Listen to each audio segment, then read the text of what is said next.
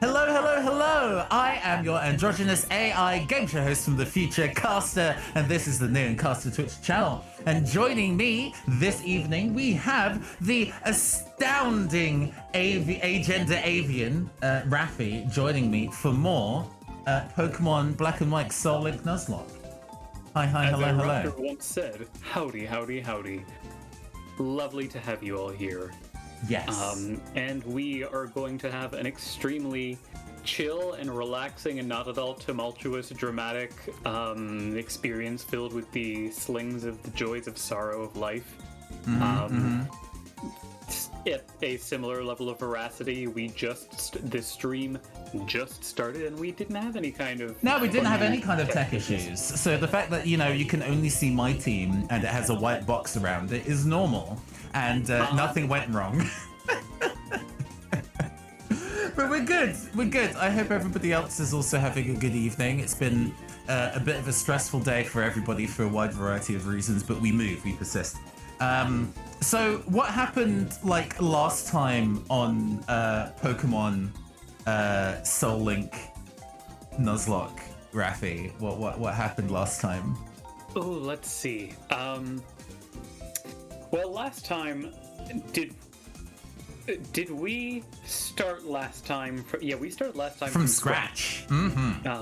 After part 2 ending with a heartbreaker at the second gym. And Caster and I put our heads down. We got on that grind on God. We rocketed our way through the first route, first gym, picking up the quality content. May or may not have been what's the name of the Lillipup that ripped my Lillipup in your... Oh no, I can't remember the name of them anymore. It's fine, they're dead. This just means that they're really dead because they've been forgotten. And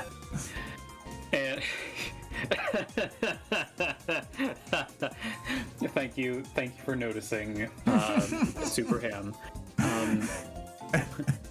Crying Cryptid, can you... right, I see. Thank you for letting me know that the audio is playing twice. It's good to know. There we go. That's fixed. The first tech issue we've had all stream. First tech issue we've had all stream. That's been going since before, and nobody said anything, so thanks for really pointing that out now. But it's good. We're fine. So, I'd say in terms of highlights highlights, lowlights, kicking the fast lane for the recap. Basically, we get to the first gym. We get our elemental monkeys and name them Disco Pete. And I don't remember how Disco Pete died. It was so sudden. I think Disco Pete might have just maybe got there to neck caught in the Pokeball when they were coming out and just I think both of our deaths have been to Bide. So Bide is really interesting. We learned a lot about a very, very niche kind of obscure Pokemon move. I'm sure any of you who have played the first miserable imagery, I know, who've played Pokemon Red and Blue way back when, remember Bide is the TM that Brock gives you, but you never actually bother using. In this, they changed a handful of things about it. So it seems to consistently be over the course of 3 turns. The turn you use it, a second charging turn, and then its use. The use is a priority, so it actually goes first. I don't know whether it outspeeds Quick Attack, I am unsure. I think they're both first priority, so it just depends on who's... It then becomes another speed tie, sure. All stages of Bide are priority. So, bearing that in mind, we both ran into situations where we did over half damage, over half health of a Pat Rat we were attacking.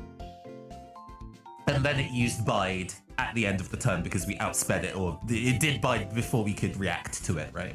So then we're like, okay, this means that the next turn, it's going to be doing double the damage it took, which is probably going to KO something. So what I need to do right now is try and kill it by hitting it with the same move that will do enough damage to kill it. And on both of our instances, there was some wiggle room in the amount of damage that could be done and left the Pat Rat at 1 HP. Now, the Pat Rat is going to be doing basically double all of its health and is guaranteed to kill something. And we were both like, I see this is going to be the end for us.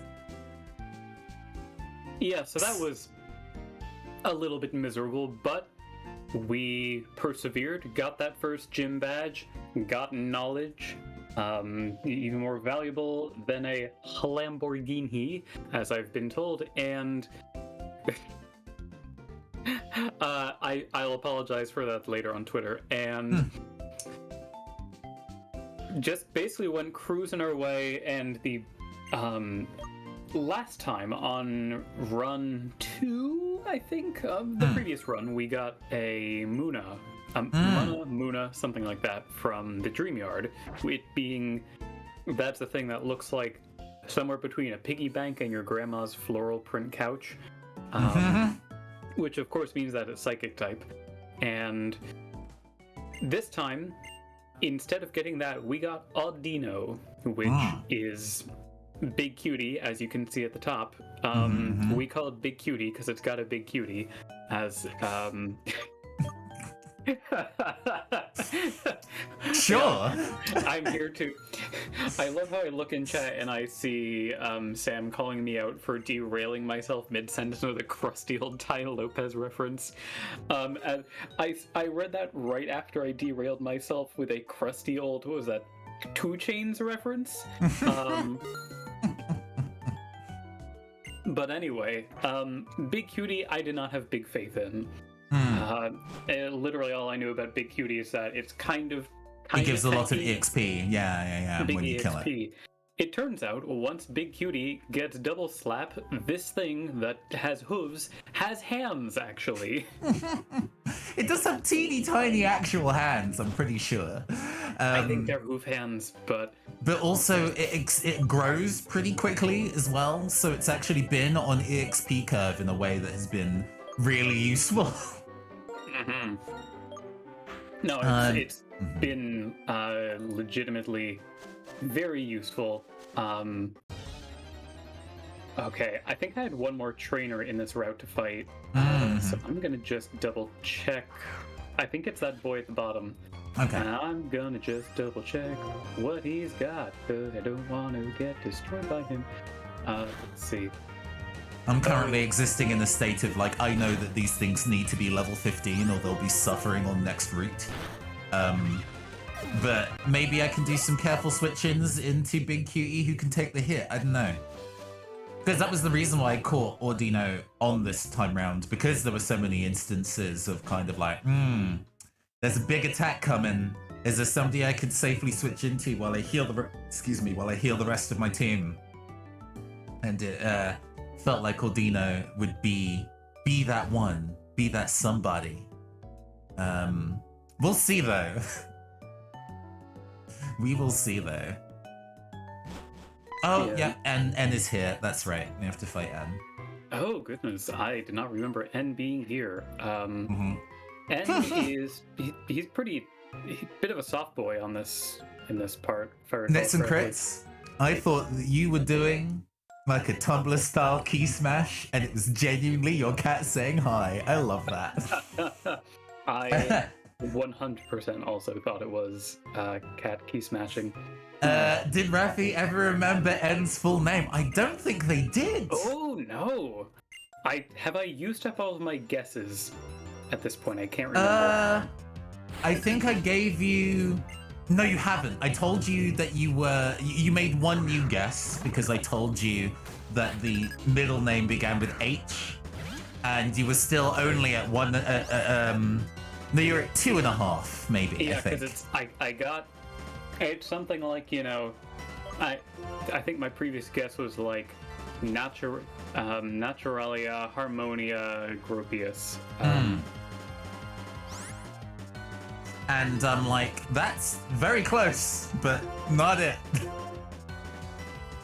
I mean, I kind of feel like I should just give it to you. Maybe I'm just being mean. Listen, the cruelty is the point, in a good way for once. I think I want this rug and roll to stop hardening up on me. I have nothing that can really dent this sucker. Oh, DJ Trick, do not fuck around. Bubble Beam hits really hard, switching into something that resists Bubble Beam. Yeah. Oh, geez, let's see. Yeah, that's more like it. I'm fighting a rug and roller that has hardened like twice or thrice, even though I am 3 levels ahead of it. Big Cutie's hands cannot bop this top? No, that doesn't work. It doesn't really look like a top in the child's toy way. So I'm switching in Bling Dot Wave and hoping I don't get hit with a Rock Blast, because surely this thing does not know Rock Blast. That's you sure have a fire type. But this is the only special attack that I have, and it... Okay, yeah, actually, no, wait, you get Rock Blast for like 18. Low kick hits a reasonable amount. Oh, you got crit with that low kick, didn't you? Either way, it's dead. It's fine. Yeah, no, I've also killed this child, this Pokemon, so I'm going to go heal up, and... Caramel ice cream. Oh, heck yeah. No, I understood what you meant, Ruben. You're good. The ultimate Pokemon Zekrom, you say? Naturalia. I think you mean Naturalissimo. Naturalissimo? That's the guess that I think is most credible, 100%. I was like, it's getting more it's like you're overcomplicating this, Will. Naturalissimo the third, Harmonia Gropius. I mean, listen, you accuse me of overcomplicating N's name when look at what N's name is. I understand. I understand. Okay, so what did N... Actually, I can just look on... N had a P-Dove, a Timpole, and a Timber. Timpoles have Bubble Beam, and Bubble Beam is actually no joke. So... It's actually kind of surprising how early there's something with a Bubble Beam. I would be single-handedly relying on Big Cutie to do that, so I might... Oh, geez, scary.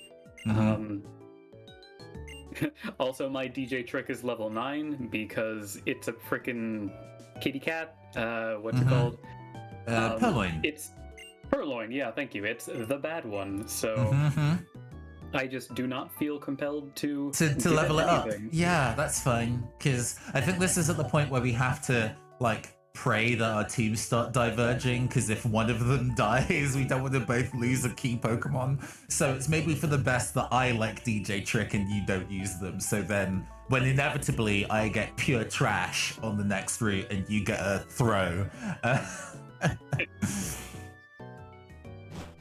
we can keep it hustling. Let me take a look at... I need an actual fighting move before I go and fight anything in that gym. Excuse me. I'm going to take a look at N's team just to double check their, and not their size, their level. How big are your Pokemon? Okay. Well, if they're an alpha Pokemon from Arceus, they could be twice the size with glowing red eyes. That's true. I technically do not know if N has any alpha Pokemon. I cannot confirm that. That would be actually kind of funny. Like the sprite is just twice the size, and you're like, oof, okay. Actually, Sun and Moon technically had the equivalent of alpha Pokemon. They're the ones that were infused and kind of came with like a sharp stat raise upon entering battle, and were just no joke. Oh, the totem Pokemon? Both the totem Pokemon and Lucimine's Pokemon when you fight her in her, like, Eldritch form. And I really enjoyed that because not only was her entire team had that stat buff, but they all looked angry while they did to represent how kind of, like, terrifying they were. It was very good. Anyone also messed up that Pokemon Arceus was like, Pokemon will just change their size at will. Yeah, they had to find some way of saying that, hey, technology. Oh, no, I don't want to use cut. No.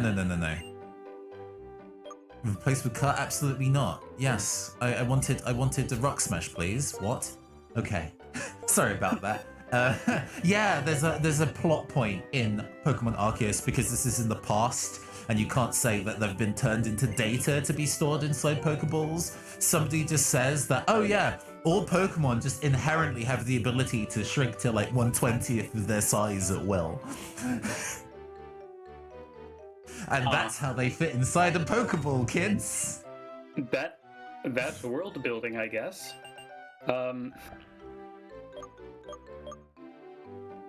Man, okay. I gotta be honest, I am kind of terrified about fighting N because, one, the only thing I can throw at this Tim pole is Big Cutie, and Big Cutie only has 2 levels on it. And 2, Timber knows Bide. Oh. Timber did not use Bide against you. No. But Timber knows Bide. You want to get those one-hit KOs in, I understand. I think you're still able to access the next route even if you don't investigate the gym, so you'll have time. No, I'm rolling on and seeing if I can... yeah, let's take a quick look at Joe. Okay, so here, for the audience at home, here are the Pokemon that we can get in the outer area of the Pinwheel Forest. So please get rid of that sand attack, friend. Okay, I was gonna ask. I mean, sand attack did reasonably well when in a previous route, but I think we're in a position where we're just trying to kill now. Yeah, and also like if you have a chance to use the status move, you're gonna want to use Harden. True that. Like, true that. Yeah, there's no situation in which you're like, I got Flint Bucks out. But I want them to be special defending, but I don't want to take them back. Okay, so the Pokemon we can get on this route in the normal grass, and actually, okay, the encounter rates seem to be the same for normal grass and dark grass. Okay, it is a 30% chance to get a Pidove, a 20% chance for a Timber, which is a fighting type, would be nice. And actually, it has some good evolutions. A Timpole, which is a 40% chance, which evolves into a knockoff Swampert. You know, we're talking water ground, nice electric immunity. Mine that 4 times grass though. And then, depending on our game, either a 10% chance at a throw or a sock. Which means we got a 30% chance to find a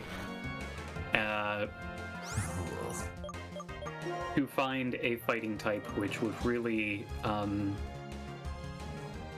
be a good thing for us. Let's look at my stats. Special defense 19, special defense 14, so Oshawa is the better bet. Okay. We're not taking chances here. Not today. Not today, I'm shook. We got too much Big Cutie has special defense 31. What am I even doing? Oh, hell yeah.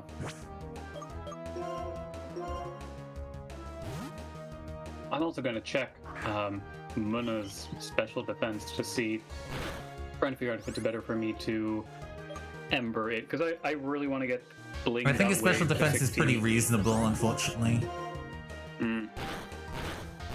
Notably better than its normal defense, though. Defense 45, special defense 55. Honey, we are clicking Ember.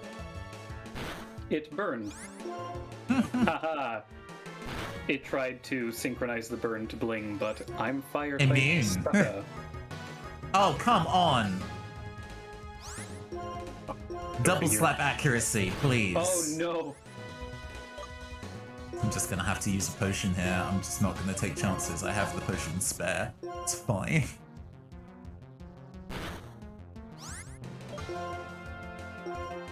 Wow, I missed double slap on this thing too. What, like, isn't the accuracy for double slap at least 90? I want to say it's like 80. It can't be that low. There's no way. Internet, give me double slap. Okay. It's messy. I feel so fortunate that I burned this. It is an 85% accuracy. Okay. 85. Attract, huh? So for that's, I guess that's the real centrist answer between the two. Okay, I'm okay. I'm okay. Psybeam isn't a joke. No.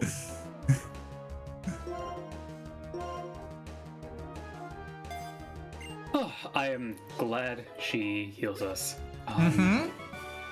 Nurse Sherry is going to be our best friend for the next little bit. Oh, yeah. Do bear in mind that, like, preschooler Homer has that rock and roller with Rock Blast, by the way. Yes. Yeah, definitely. My Flintbucks knows Rock Smash. And oh, did you get Rock Smash from the... Yeah, beware the Homer. Yeah, let's go see what Pokemon I get on this route, I guess. Yeah, I'm trying to figure out who to lead with. I think leading with... It's a Timpole again! Okay. And for me, it is... Come on.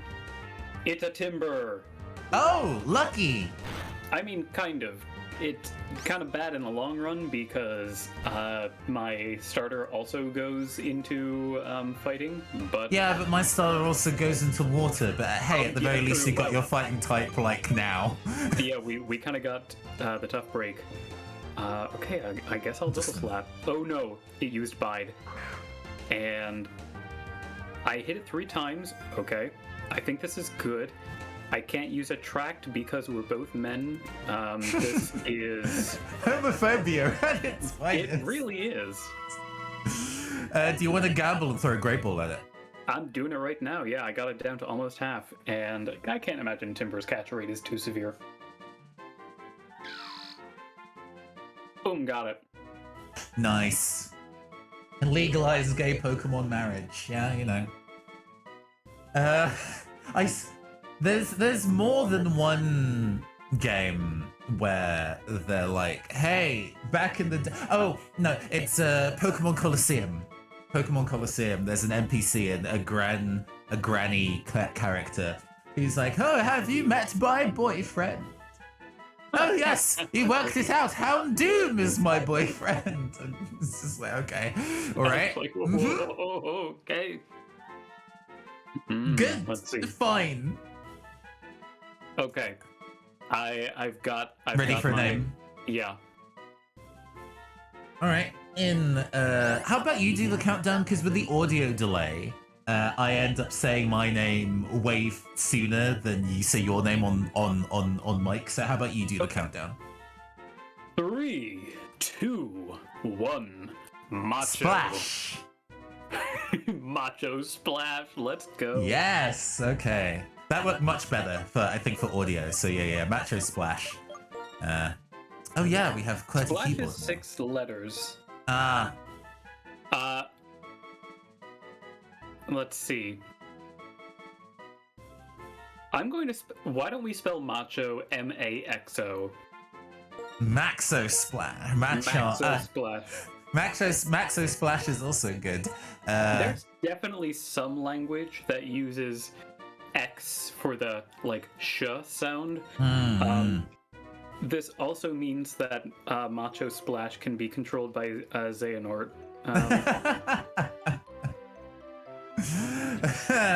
Lots Bass just shows up in Pokemon and says, like, oh yes, you'll have to join me to I need 13 Pokemon of Darkness to fight against 7 trainers of light. I mean, that old lady's got a Houndoom, so... Ah, yes. The Houndoom is my boyfriend, the video game said unironically. Really, they couldn't have picked a Blaziken or something that's more human. Yes. Yeah. I guess as a minimum requirement. Something that isn't a guy. Maybe Or that a would be dog. worse. Maybe it's the absurdity of it that you're supposed to be like, oh ho ho.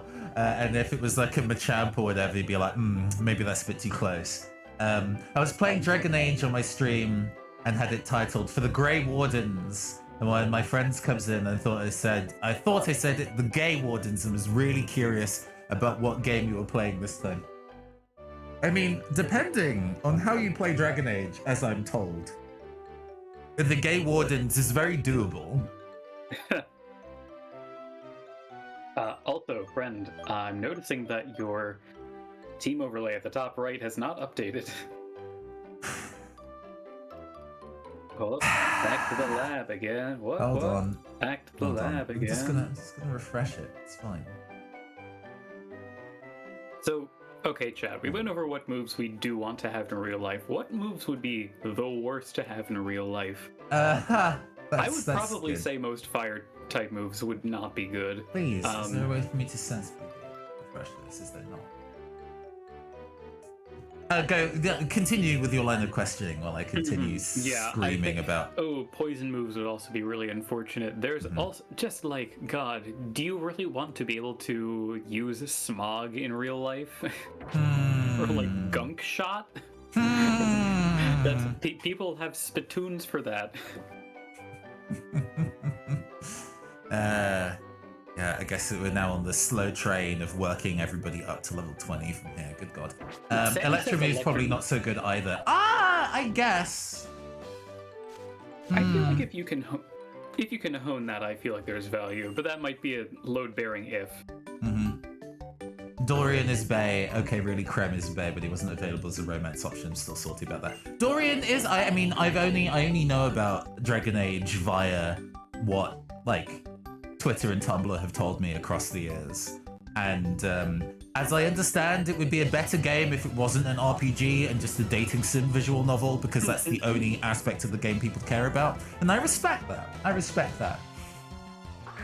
I would like it to not be ignored that Ruben has said every person is technically a ghost type, and I would love to hear what the explanation for that is.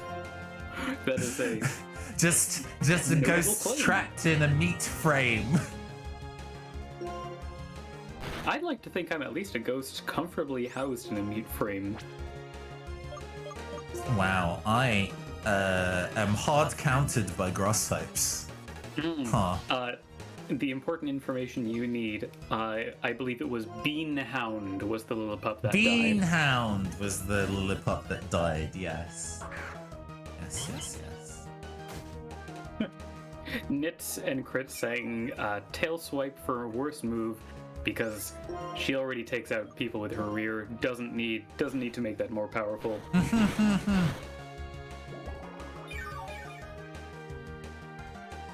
Soul held inside the liver. I mean, I guess spirits are technically processed by the liver, so that does kind of check out.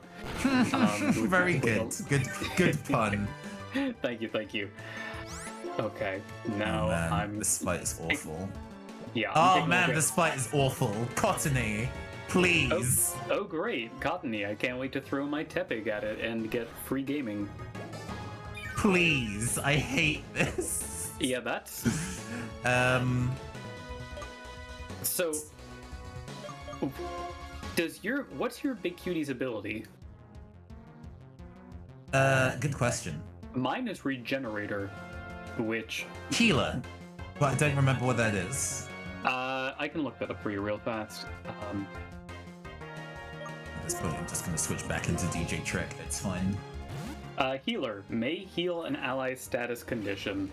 Wow, At the end of each turn, it is a 30% chance of curing an adjacent ally's stat. Yeah, that's doubles only. Haha, bad. Useless. Yeah. Mine is Regenerator, which means that I get constantly good times from... Like, if I switch Big Cutie out and then switch Big Cutie back in, he heals a third of his HP. And a Petalil? Okay.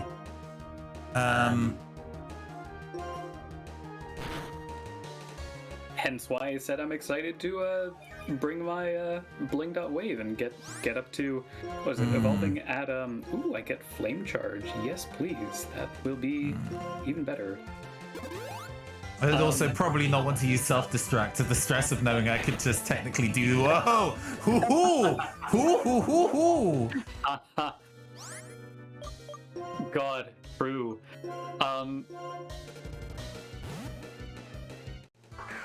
This just make me think about all the Pokemon abilities that would be terrible to have, like, what's it, Sticky Hold? Or Does no. refresh cure paralysis? Oh yeah, it does, I think. Okay. Yeah. Yeah, there we go. There's just literally a Pokemon ability called Stench, which repels wild Pokemon. I don't think that would be I don't think that would be improve your quality of life. Okay. I have cleanly disposed of preschooler Juliet. This fight is awful. I'm suffering. What are you talking about? It was super easy. I just used Tepig a couple times, used a bunch of fire type attacks. I don't know why you're having such a hard time. Don't joke. If this ends up in death, we'll both be sad. That's true. That is true. I would be surprised if that happened, considering how neither of the Pokemon that they're using are really good. It's just I all of my stuff is weak to grass, and they both have Mega Drain, so I'm kind of like really cautious about what I'm doing here. Why not DJ Trick? DJ Trick is actually DJ Trick is back to full health again. Maybe hold on. Oh, that's what your overlay says. Oh wait, no, that's out of date. No, it's out of very date. sad. Yeah, the fact that the overlay is consistently out of date now is a shame. I can just refresh it though. There we go. Okay. I can probably get away with Time to check the type chart, cause I do not remember if fighting resists rock. Oh yeah. I hope you all enjoyed my song. Thank you very much. Mobilize my love. Okay. Perfect. Yes, it does resist rock. Okay, Macho Splash. I almost said Maxo Splash. That may have been a questionable decision, giving that the X, but no regrets. Oh my God, why? Ruben says, to be fair, if I had an innate ability to put me at the bottom of the aggro list, I'd consider BO. Also, honey, I'm sorry that this is happening to you. If you want to put Macho Splash in danger of self-sacrifice, I would not necessarily be opposed. I might have to, depending. Please do not sacrifice Big Cutie. No, I know. What do I have in terms of I only just have potions left now? Fuck me, this is awful. You just consistently have worse luck than I do, and I think it's partially a matter of there's only the only thing that I can think of that's like a consistent non-luck thing is you getting Stinky Red Monkey, who is bad and a joke and nobody likes. It's starting to make me want to go and pick like Snivy, even though it's because it's also used growth a bunch of times as well, which is not helpful. Yeah, that's scary. I'm gonna have to get another. And if you're just gonna spam that, I'm gonna see if I can do any kind of damage to you whatsoever. Yeah, these moves also are not... Did it just like run out of PP for the rest of the stuff? No. No. That was to happen. I was expecting that to happen. That's fine. But Okay, all I can do now, I swear to God, if I get swept by just a level 13 Petalil. Friends, the caster is in something of a time of crisis. Please send your good energy, the good RNG, and... Oh man, so close to dead. Oh, this is Okay. This is fine. Leet Seeds got- is fine. Okay. I can put up with that.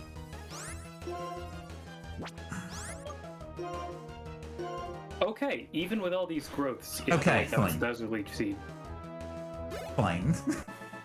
We gained a Pokemon and immediately got lost it. That's the nature of this video game. Neither of us wanted them anyway. Yeah, no, I didn't even find out what I didn't even find out what their nature was. Jeez, yeah. I hate this. This is honestly this was the curse of not being able to fit the full name. I don't remember it being that hard last run. I remember them just going down. What did we have on us where they just... A Pidove, maybe? Yeah, maybe. Oh yeah, we both had flying types last Do time. wake up and choose violence. Okay, also my Macho Splash was Rash, which is minus special defense and plus special attack, which is a hot garbage nature for Timber, so I am not crying about saying goodbye to that. Timpole is now also in hell, along with Cyclofang, Maxo Splash, Beanhound, and Disco Pete. I ate the entire tub of ice cream, and there were only two bits of caramel. I've been swindled. Theft! Man, that is... So I'm an American. My gut response is to say that you should sue someone. Alright, I guess it's grind time. Yeah, for you, I am going up against God Killer Homer if I can make it there without getting harassed by the local wildlife.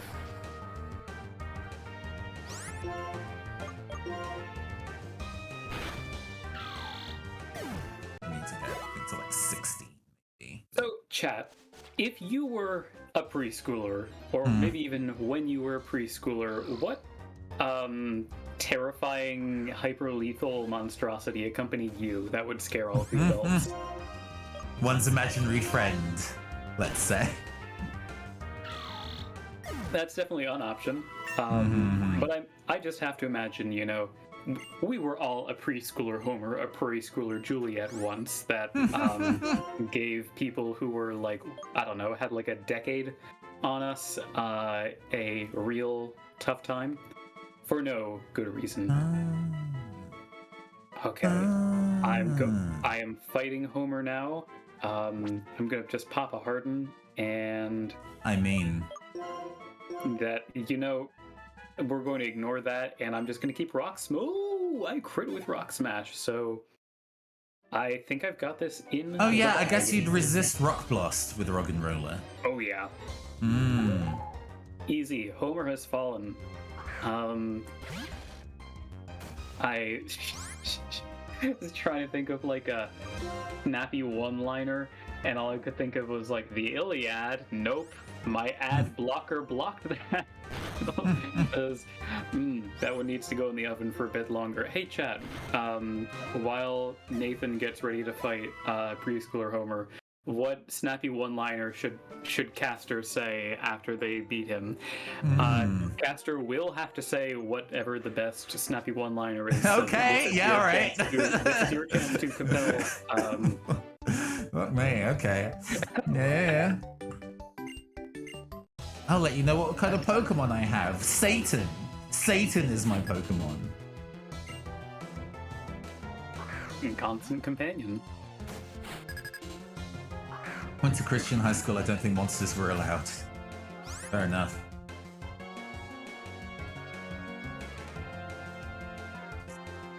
That's the phrase. Satan is my overlord and constant companion. There we go. Go for the headbutt. Rock and roller, you fool. Okay, Ruben's got a solid, you know. Yeah. Ooh, that's also pretty good. Ooh. Alright, cool. That was so easy. Preschooler Juliet has 52 Poke on her, and preschooler Homer has 56. Do you think looks like you got homeschooled? There we go. Fine boom, fine boom.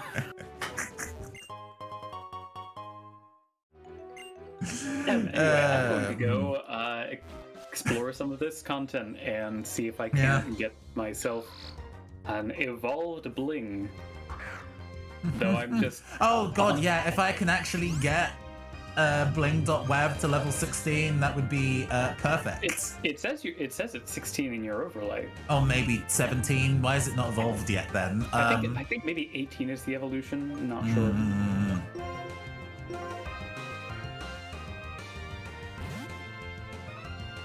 Also, do I genuinely have to? Hey chat, what did you evolve into when you turned 16?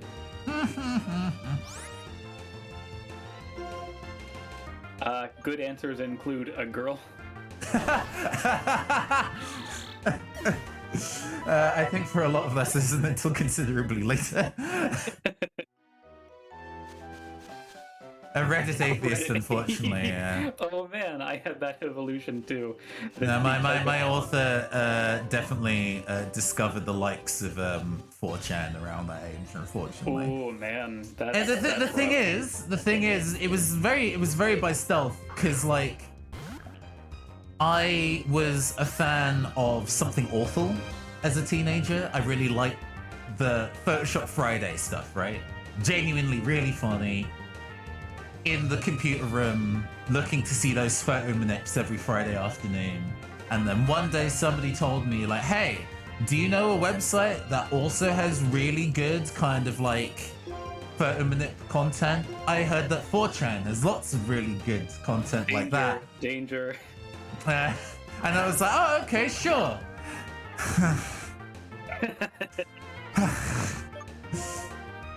I saw you use Bide. I saw you use Bide. Shut up. Good looking. By the way, reminder that the closest youngster has 3 Timples in a row. I'm just gonna run from this. Also, Bye. Sam's answer is level 28 was when I evolved into a girl, but I'll get stronger holding an E-stone, which is very good. Everybody got the jokes today. we do got those jokes. Oh, Big Cutie, thank you for not being confused. I got roped into hosting a video game radio station for V at 16. Worst time for me, great time for my music taste. Yeah. Worst time for me, great time for my music taste is the important God, yeah, I thought good for health, bad for education. I thought it was bad that, like, looking at Encyclopedia Dramatica at 12. See, never touched that as a kid. Good. I was always too scared of 4chan, which, honestly, shout out to baby me. You knew something. Then again, I was also scared of Newgrounds because, quote, it looked like a place that had guns. I mean, so it did. I guess I also wasn't wrong.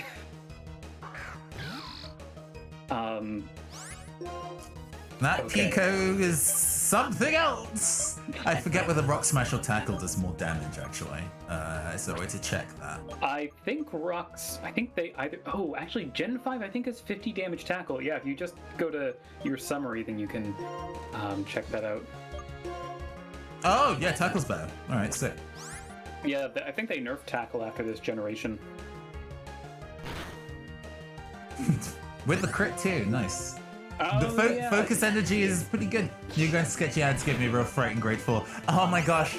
I distinctly remember one ad being about how it stole a sprite from an arcade puzzle game where the final boss was like a god or something who had really bouncy jiggle animation even though she was a sprite, and was being used to advertise like some kind of play free forever my lord style thing on Newgrounds, and I always had to kind of make sure that my windows were cropped in just the right way so nobody could go see them fun bags jump around, jump up and get down. God, I'm glad we have some people of a similar era in chat here.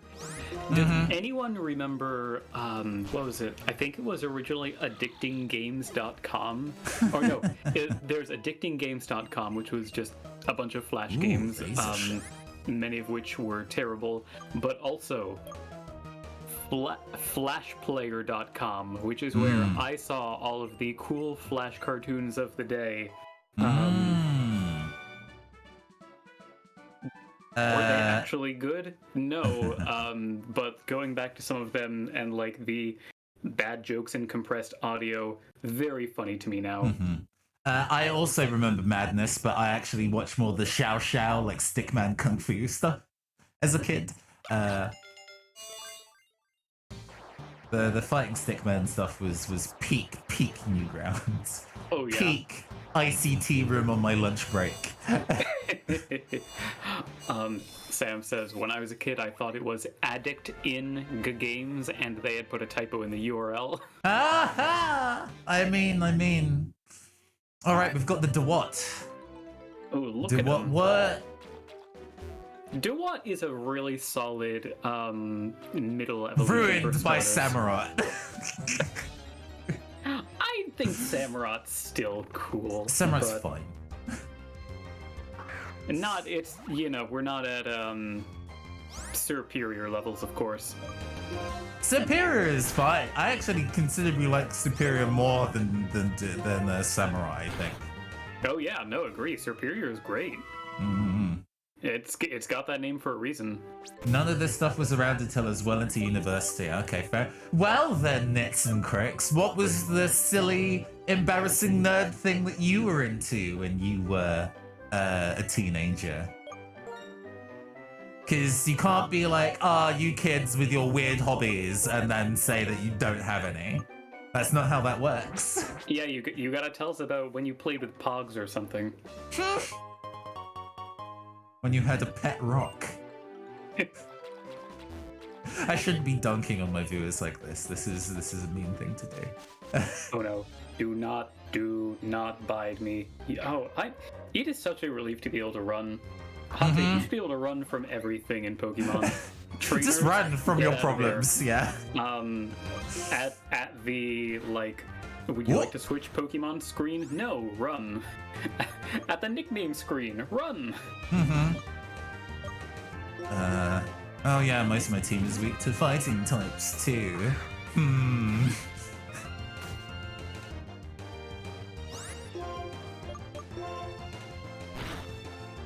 Oh please, okay, if you're just gonna spam focus energy randomly, that's fine, we take those, bye. Oh, okay, I'm going up against the two level 16 Timbers, or the two fighting They know trainers rock throw, at the top. by the way. That's good to know. Okay, Bling.wave is not going to... Jeez, I have nothing to throw against them then. Because, like... Hard counted by Pokemon that were forced upon us. It's like they can... The fact that they have fighting and rock attacks means that it's not good for me. If you die in the Nuzlocke, right?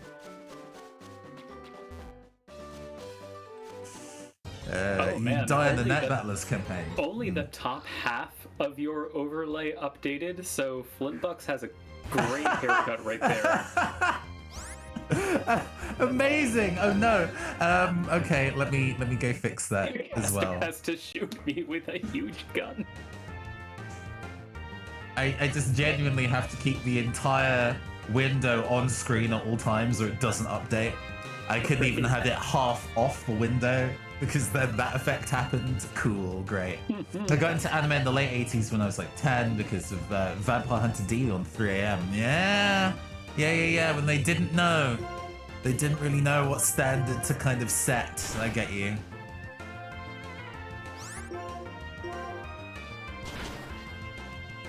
And this, I was gonna say, like, man, I can't believe I wish I had a Pidove, and then I'm like, oh, wait, that would also suffer against... Rock throw, yes. Yeah, wow, that's just legitimately intimidating type coverage. Oh, this guy's got a leading with a Venipede and then a Lillipup. Okay. That's coverable. Oh yeah.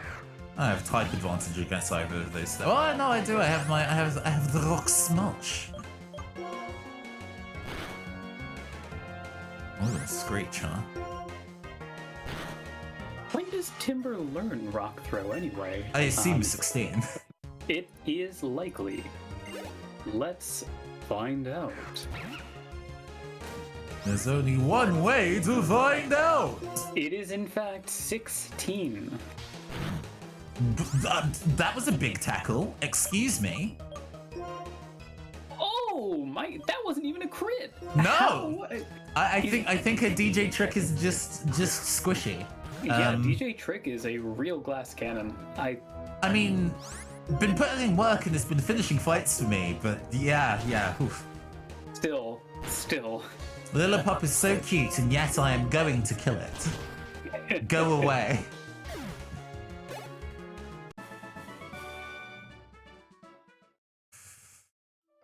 It's actually kind of difficult to level up Roggenrola in a route where Timpole is just out.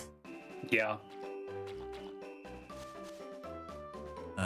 Also, yeah, where you have a 70% chance to run into either a fighting or water type. Yeah.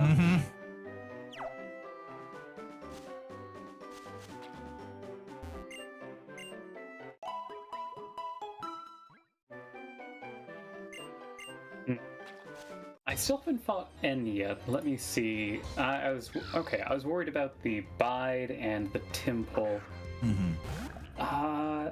If you're hovering around 16, 17, you probably would land the one-shots required to clear the fight. I think so, yeah. I think I'd be able to get the, What, Timpole? Get some good double slaps on Timpole. Are you concerned about Timpole or Roggenrola, Ruben?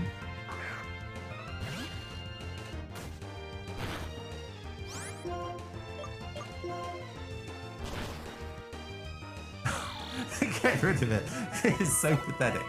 It is a tadpole with the little headphones. I was just in a very scary situation where a throw used bind, B-I-N-D, on me, which makes me can't run. Can't run, can't switch out for X number of turns. I think it's like between 3 and 5. And then use bide. So it was, yeah. And that was bide, and in the same turn, of course, I hit it. So it was like, okay, what do I do now?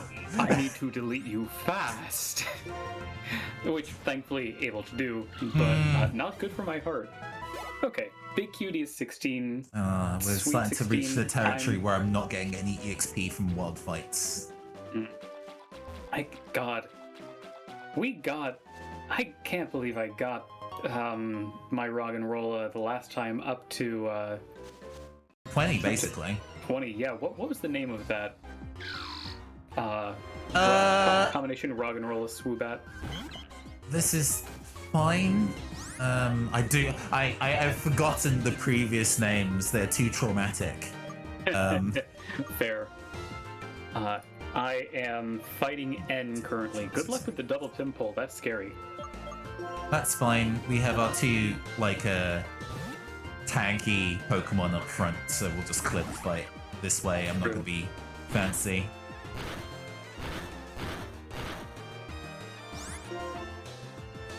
I think this... Ooh, okay. I can get a crit on Guide-Up, sure. I am hoping to get Bling to 17 so I can get that evolution, and of course he throws the Timpole out. Get back here, Bling. Oh man, game is scary. They're just picking on Ordino, wow. Hey, that's life when you're a big cutie. I mean, they can take it. Oh man, come on. I got a double slap on Timpole. First one, crit. Second one, crit. Just 2 hits.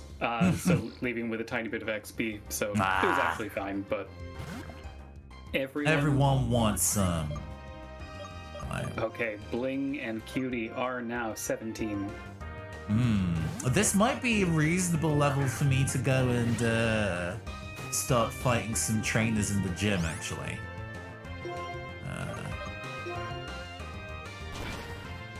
That's sensible, yeah. Let me look at what the... Man, I really hope I don't get crit. That would suck. That focus energy scaring me. Yeah, let me see what the... Spamming Supersonic. Go away! Great. Yes, please use Leer. It definitely does not put the fear of Lord God... Okay, thank God I critted to death. Whew. You match with someone on Grindr in the local Pokemon gym, what you do. Depends what gym, you know? If we're talking, Berg's gym, which I think is next after Lenora. I think it's a bunch of kind of like, you know, artsy twinks. I'm fine with that.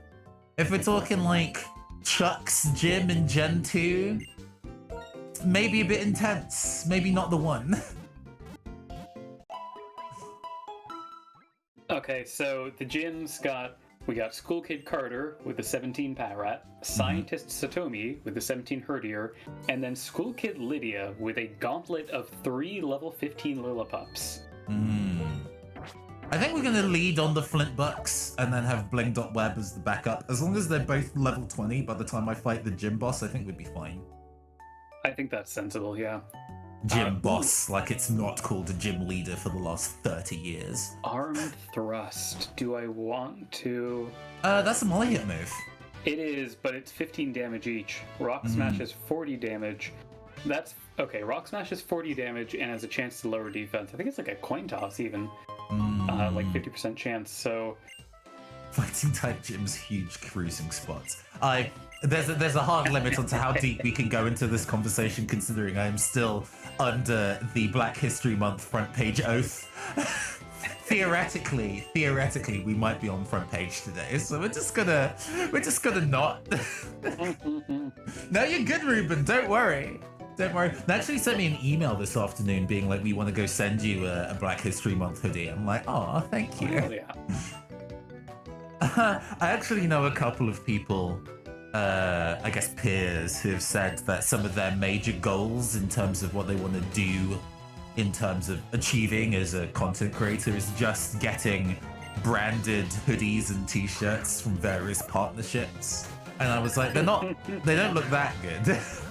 At the end of the day, they are still just a Fruit of the Loom hoodie with the screen printing on it. It's okay. Detect. Get out of here. Ooh, okay. So I'm looking through my troublesome trio right now, and now that Bling has evolved, he's got the highest attack by a fair margin. He's got 37 attack compared to Big Cutie's 29. Yeah, I don't know if my goal should be I'd love to be a walking ad read. Some people are just really into that kind of branding, but yeah, I'm not about that life. Yeah, I mean, I guess people could be into that. I don't really know why, but I guess people love Supreme, so perhaps this is just not my zone to understand. Yeah. I mean, even though I guess if you've been following me on Twitter and on Twitch, really, you're probably sick about me talking about Magic the Gathering as of late. And I did wonder for a while about the energy of that, because I am genuinely enthusiastic about the thing. If I wasn't given the thing to kind of use on stream, I would have bought the cards anyway, right? But I did want to say, do people think that I'm being horrendously insincere with the amount I'm tweeting about this? I appreciated you talking about on the stream that, it's clear that they are, not just like profiting off of a Japanese aesthetic TM, but they're actually like putting material goods in, Yeah, hiring Japanese artists, getting a bunch of sensitivity readers and people, which is good, and it's worked. Like, it's one of the best sets they've had in genuinely years. people both mechanically and aesthetically have been raving. There's a YouTuber called Talarian Community College that he just goes by the Professor, who I've watched his videos for quite a while. He recently kind of tweeted the main game designer being like, "When are we having Return to Kamigawa?" When the thing just get a... It's interesting when there are YouTubers who are usually kind of like, I enjoy this game, but there are so many things about this game that I don't enjoy. We're going like, this set was genuinely really good and you thought about it well. Please don't screw up the next one. Thank you. Yeah, after hearing about some of the missteps with Strixhaven, I'm glad that this new one turned out better. The next set is going to be a 1920s mobster noir thing with a literal city of angels and demons vibe, and I'm actually kind of excited for that as well. Dressing for that's going to be fun. Dressing up for that. Next defend. Yeah, how's the gym going? I'm still doing some grinding just because I am fighting the second trainer. The level 17 Herdier is making me kind of like, but we're where we need to be. Oh, it's fine. We're spamming 2 Leers and then use the tackle, and it's not a problem at any point. It's fine. We're fine. Mud slap, huh? Like I say, they're like, mud slap, huh? That's what we're doing? That's what we're doing. I mean, Mud Slap is strictly better sand attack. Wait, you dropped Headbutt for Mud Slap? Rock Blast, I think, is both stab and does more damage. Yeah, I guess so. And I'm not going to get rid of... I don't think I'm going to get rid of Harden. That is the mini X defend. That could be useful in a couple of circumstances. Mini? Isn't it just an X defend? Without the priority? True. Yeah. Now it's I'm looking forward to where is it? It's when it gets Iron Defense at 20. And then that's yeah. Then we're good. Then we'll be absolutely set. Yeah, that carried me through this gym like easy peasy. Ooh. A wild Audino appeared. I was definitely paying attention to the grass shaking, yes. Oh man, I feel really old. My kid walked over and asked, "What Pokemon game is this?" And I'm telling him what year it came out, and he's like, "They had Pokemon that long ago?" Ouch. Oh, man.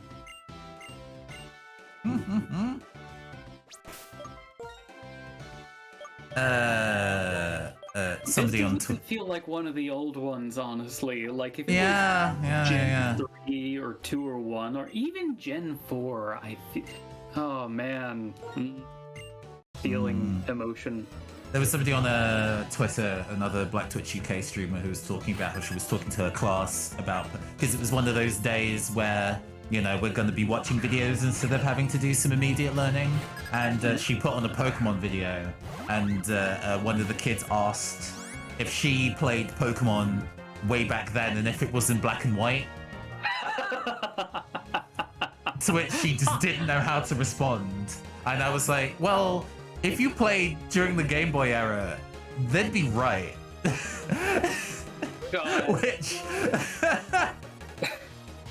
Which, ooh, what a feeling. How do you cope with that?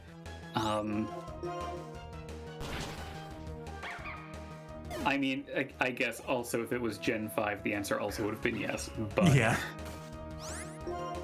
Let's see. I've currently got Flint Bucks at 17, 18. Okay. So. The funny thing is, though, is that a whole bunch of like other Twitter people were responding to her being like, "No, it wasn't in black and white." To which I'm like, my operator now feels even older. No, Pokemon was in black and white at one point. You just don't remember.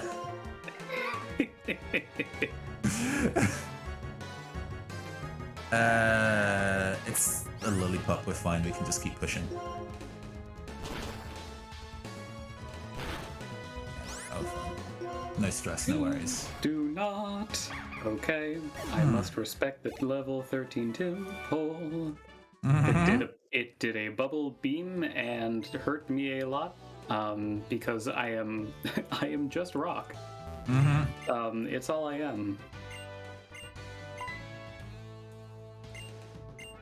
Oh, there's really no kicking back and relaxing out here yet. Nuzlocke the musical. Looking forward to people transcribing all of my singing into auto-tune. It's called being chromatic. Excuse you. Stream Chromatica now on Apple Music. I never did. Art Pop was like an astounding album, and I listened to Art Pop a lot, and then I'm like, I've never felt compelled to listen to any other Lady Gaga works. Her country music era is definitely different, but not what I'm personally interested in. Did she release a song or an album called Art Pop, or was there something? Oh yeah, the album was called Art Pop. It was What was on that? GY, Venus. I think Paparazzi was on it actually. It's definitely the most, even though hyperpop didn't really exist yet. It's definitely her most hyperpop album. Paparazzi was on her first album. Applause was. Thank you, Superham. Thank you, Sam, stopping me from being a fake geek music nerd.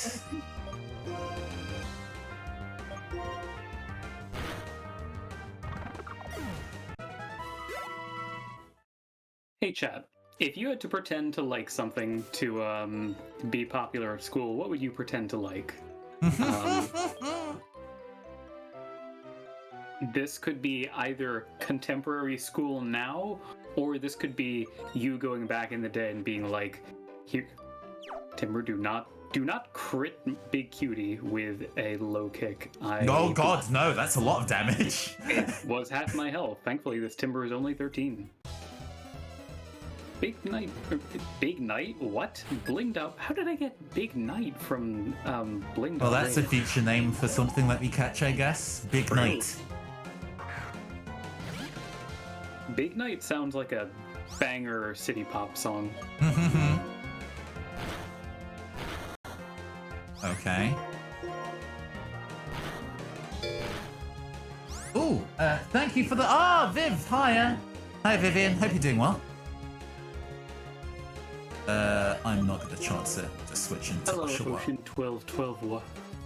Yeah, that's Vivian. They did Big Bang Superstars with us on channel a while ago. Oh, very good.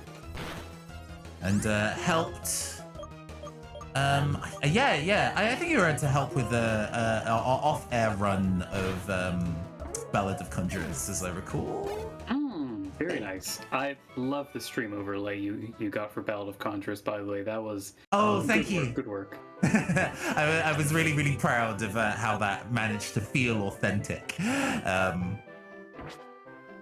Pretending to like things that people would like me was my whole life, but country music, I guess, because there wasn't anything else. How could I explain to people I like Daft Punk when they didn't even know what house music was? Ooh. House and club music was such a big part of UK culture. Daft Punk kicked in pretty easily for a lot of us. Just because, even as a teenager, not being old enough to go to clubs, club music and club culture is such a large part of British pop culture, interestingly enough. It's one of the reasons why I actually really liked the fact that I moved to Manchester, because the music scene here is really, really unique. A lot of the genre of Britpop originated in Manchester, and since has really kind of supported the indie music scene really heavily, to the point where pretty much any kind of major foreign music act, especially American ones, will go hit up Manchester because they feel it's as an important place to visit. as London to kind of get music appreciators. Married Frenchman practically raised in the disco. Yes, yes, yes, yes, yes. Goals. And you know, being a gay black mask, house music is such a large part of my cultural identity. So you know, it all kind of ties in. Have to pretend to like TikTok, yeah, or Euphoria. I've not watched any of Euphoria. I barely know what that is. It's a thing. What? Wait, what is? I haven't heard of Euphoria. It's a TV show, but I keep mixing it up with the Channel 4 like suspense thriller Utopia, which is, I think, very different. So is this another one of the superhero shows? I don't know. I genuinely don't know what Euphoria is. I just know that people are talking about it a lot right now. All right, so Sam, we will make you so popular in this chat right now if you tell us everything about Utopia. Euphoria. The different thing. You got. In my defense, the Crying Crimson said Utopia. So Yeah. Utopia, the Channel 4 drama, is very, very good. Stressful. Okay, so assuming nobody in chat knows what Euphoria, the media property, not the emotion, is, then yeah, Sam, it's a very edgy teen drama. It's well reviewed, but every clip she's seen from it makes it seem like it's trying way too hard and seems kind of exploitative. Gotcha. It's giving me it's giving me Riverdale vibes. Zendaya's on it. Okay, well. Yeah, Utopia comes from like what I would say a trilogy of really stressful UK dramas of Utopia, Humans, and London Spy. Humans is actually one of the old. Well, it's a story. Story as old as time. The kind of like everybody has personal service androids, and they're slowly trying to gain humanity and connecting with each other and all that kind of thing. But done actually pretty well. Done pretty well, and the soundtrack's really, really good. And it has the same composer as Utopia, and that composer also did a show called London Spy, which is it's available at least on UK Netflix. If it's on other people's Netflix, I do recommend you go and find it. Where Ben Whishaw falls in love with a posh man, and this posh man suddenly disappears. Turns out said posh man is a spy. Ben Whishaw is like, hey, my boyfriend just died. What happened? Will somebody please look into this? And the police are like, no, we're not gonna. And he's like, I have no spy experience. I'm just some broke guy trying to survive one day to the next, but I'm going to solve this myself instead. I'm no spy. I'm simply a broke gay. But I must. It's good. It's very, very good, but also very, very stressful. If you've ever, have you been a young broke twink who has fallen in love with an older man who mentors you and then had weird feelings about that since? London Spy is the TV show for you. Oh, thank goodness. Okay, I just took care of the first fight in the gym, and watching an enemy pop bide while using a multi-hit move is so terrifying, because it's like you're just watching in horror wondering like, okay, is death going to come today? Yeah. When will the move stop? Do I want to stop early or go all the way? Catching up with chat. Euphoria seems like it takes itself well too seriously to have, for example, a street drug called Jingle Jangle, or the equivalent of the Jughead I'm a Weirdo monologue. I got you. Just waiting for season 2 of Bridgerton. I've never watched Bridgerton, even though that is also a very classic British show. That kind of a period piece is not necessarily a thing that I'm super into, but I do like that kind of relationship drama, that kind of like a highfalutin aristocracy backstabbing is something that I love in tabletop RPGs, but wouldn't necessarily watch a TV show about, if that makes sense. I did quite enjoy the movie The Favorite, so... Oh my god, The Favorite. Where they're in, like, the shooting range out back and they're dressed like Soul Calibur characters? Hell yeah. Hell yeah. That is so accurate. Yeah, no, The Favorite is so good. I would totally consume more media along those lines. That's also a Channel 4 production, by the way. Really? Channel 4 does movies. So the TV license, which is a thing that you're probably familiar with by pop culture and not as a tangible thing you have to deal with. Oh no. Oh no. Shit. Oh. Confusion. I didn't realize it got Sonic. I didn't realize it had it got Supersonic off until it was too late. It's one that could be sacrificed. It could afford it to be sacrificed. It's fine. It's fine. I am relieved that my DJ trick is nothing but we're going to give you cut and then sit in the back. Yeah. No, yeah. Probably not too consoling that I'm like, well, it's fine for me. But, I mean, yeah. it is fine. I think Blitzel being so squishy is a liability. Totally. for that. Yeah, Blitzel Squish is scary. If only you got a physical electric move faster, then it would be actually like really good. But surely it does in later generations. I know they've changed the learn set of Pokemon a lot as generations go on, especially to like just make them less bad. Now I'm curious what it's. Oh man, it would have turned into Zeb Strike at 27. That's earlier than I would have expected. Yeah. Okay. So Gen 7, it gets. Oh, wow. Yeah. The soonest it would learn a physical attack in Gen 5 is 18 at Flame Charge. Yeah, and I would be able to maybe get there. It was level 16 when it perished, but. But still, you would have to wait until 25 until it gets Spark. Which is pretty underwhelming for an electric physical move. It's not what we need. Okay, I think I'm at, let's see, 19, 17, 17. I'm feeling pretty good about that. I'm thinking I'm gonna, and the 19 is, of course, Flintbucks, the one and only. So I think I'm gonna head up, fight the gauntlet of the terrible trio of, what was it? Herdiers? Lillipups. Yeah. Lillipups.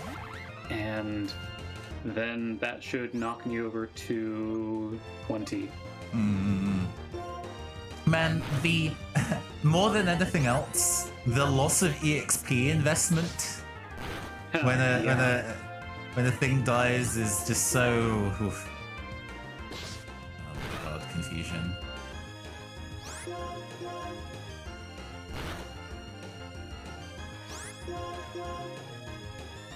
Tempo is just skins for Gen Z. Right, gotcha. I see. Skins is another UK drama. Yeah. I put it together for him and I was like, Fortnite skins. Sorry, Viv, for you not being able to. I didn't realize there was a patch of grass there. What? Hidden behind a tree. Gotta have those additional safety filters on during Black History Month because people want to act the fool. So we gotta be careful. Sorry, I apologize.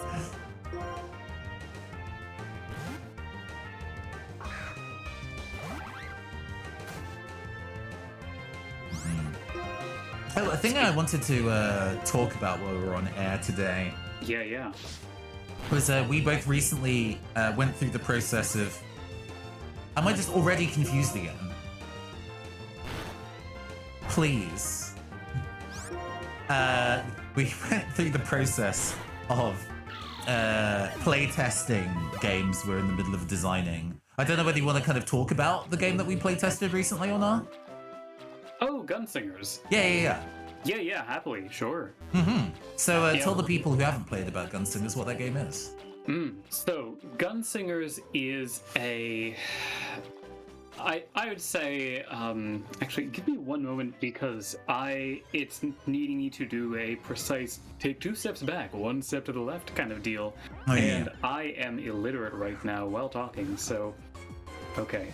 2 backwards, left, 2 forward, right, 1 backwards. That's literally just... The one in front of you, yeah. Yeah.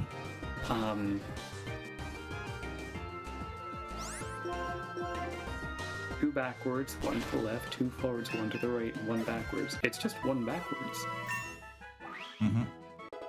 And yet I cannot find it. It's the one trainer you've not talked to yet. Oh, the girl. Yeah. Oh my goodness, I am a big fool. I was doing like tiles instead of. No, you're good. It's the bookcases, yeah. Anyway, yes, Gunsingers is essentially, I was like, I love the spaghetti western vibe where you get the, Wild West drama with it being less focused on, colonialist good guy, bad guy kind of deal, and more on just like, ooh, drama, revenge, and all of that jazz. And I also wanted to, kind of take some of the... I like magic and, supernatural elements, because I think there's fun, I think there's a lot of fun world-building opportunities you can do with that.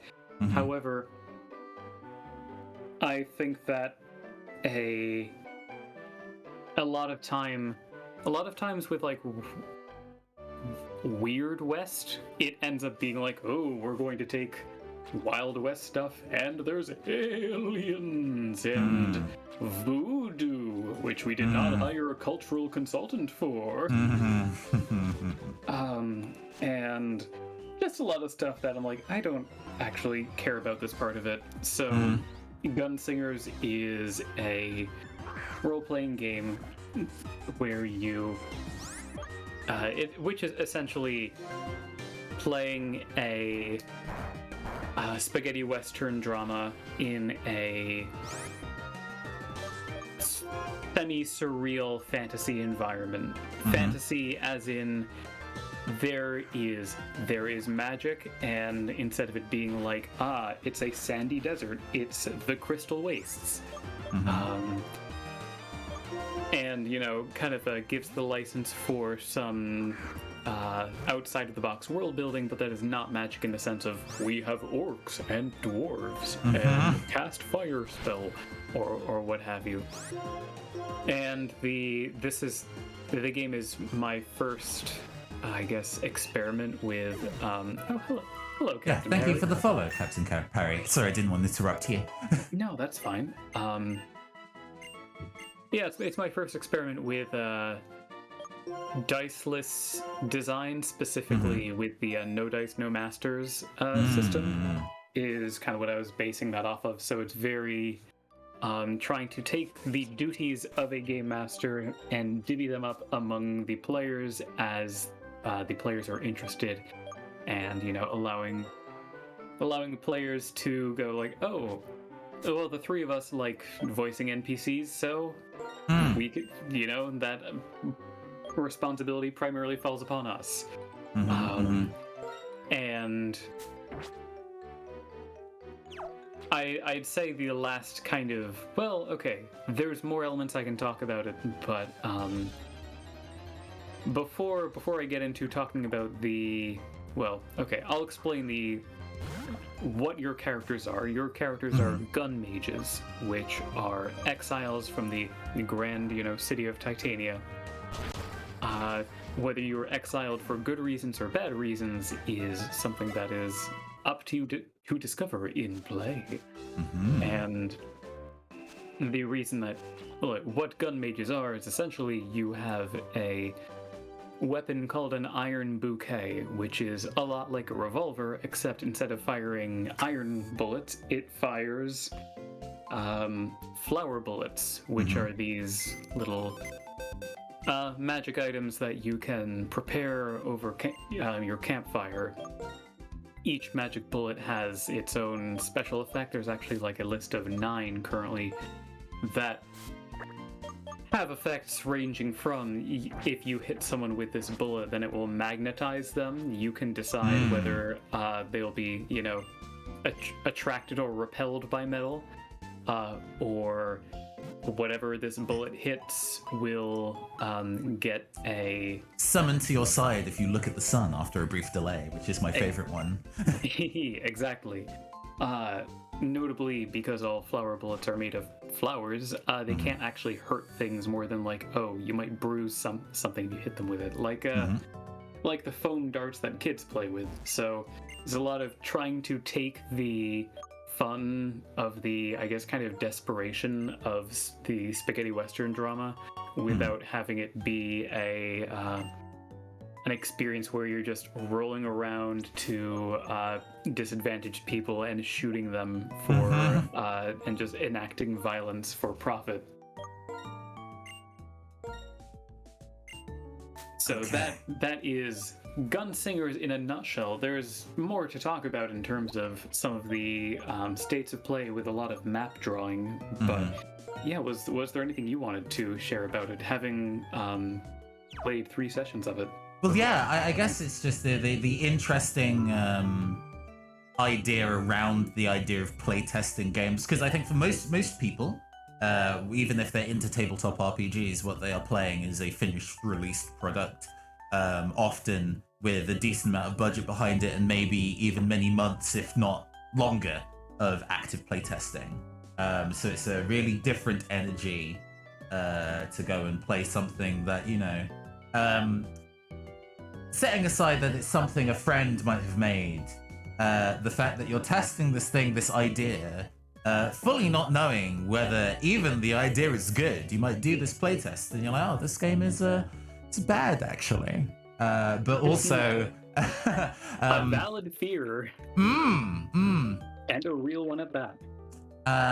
But also the nature of, because tabletop RPGs so specifically are any tabletop RPG, you get out as much as you put in as a performer, I think. There are definitely people who play tabletop RPGs as pure mechanics with no RP, and I love and respect those people even if I don't understand them. But I know that I have a lot of friends who are really good at being able to, I need to go and buy potions, this is silly, I need to buy at least 3 super potions. What am I doing? I've mentally been telling myself I should buy some, then just keep forgetting because the store is in the Pokémon Center. Because you're all, we're all good actors. So what does it mean to be playing a game that is good if it involves multiple acting opportunities? Are we having fun because we're enjoying each other's company as people who are good at performing? Or are we actually, or is the game mechanics actually encouraging the use of acting skill, and that's what's making it fun? It's really hard to tell. It's a very, very difficult thing to tell, especially if you don't have an outside eye on it. To that end, streaming has actually been quite useful for, acting skill. Very definitely. I think it's a different type of acting skill to say stage acting, because I think stage acting has a large amount of memory components to it and things like that, and also physicality and being able to hit one's marks, and those are all things that require mental load and effective performance in a way that tabletop RPG acting doesn't. But I still think a large part of getting part of narratively thrusted tabletop RPGs is acting, even if you're not necessarily a professional. Or people will say they're not good actors, and that's not necessarily true. But yeah. So both of our games are... Yours is more mechanically light than the one that I've been working on as of late. And even then, I was kind of like, I need to find ways of getting the acting in this game to be fun. without necessarily like putting people in an arm bar and saying, act, damn you, act. Because that's also not fun. And finding that balance is something that I think is takes a lot of care, takes a lot of wiggling.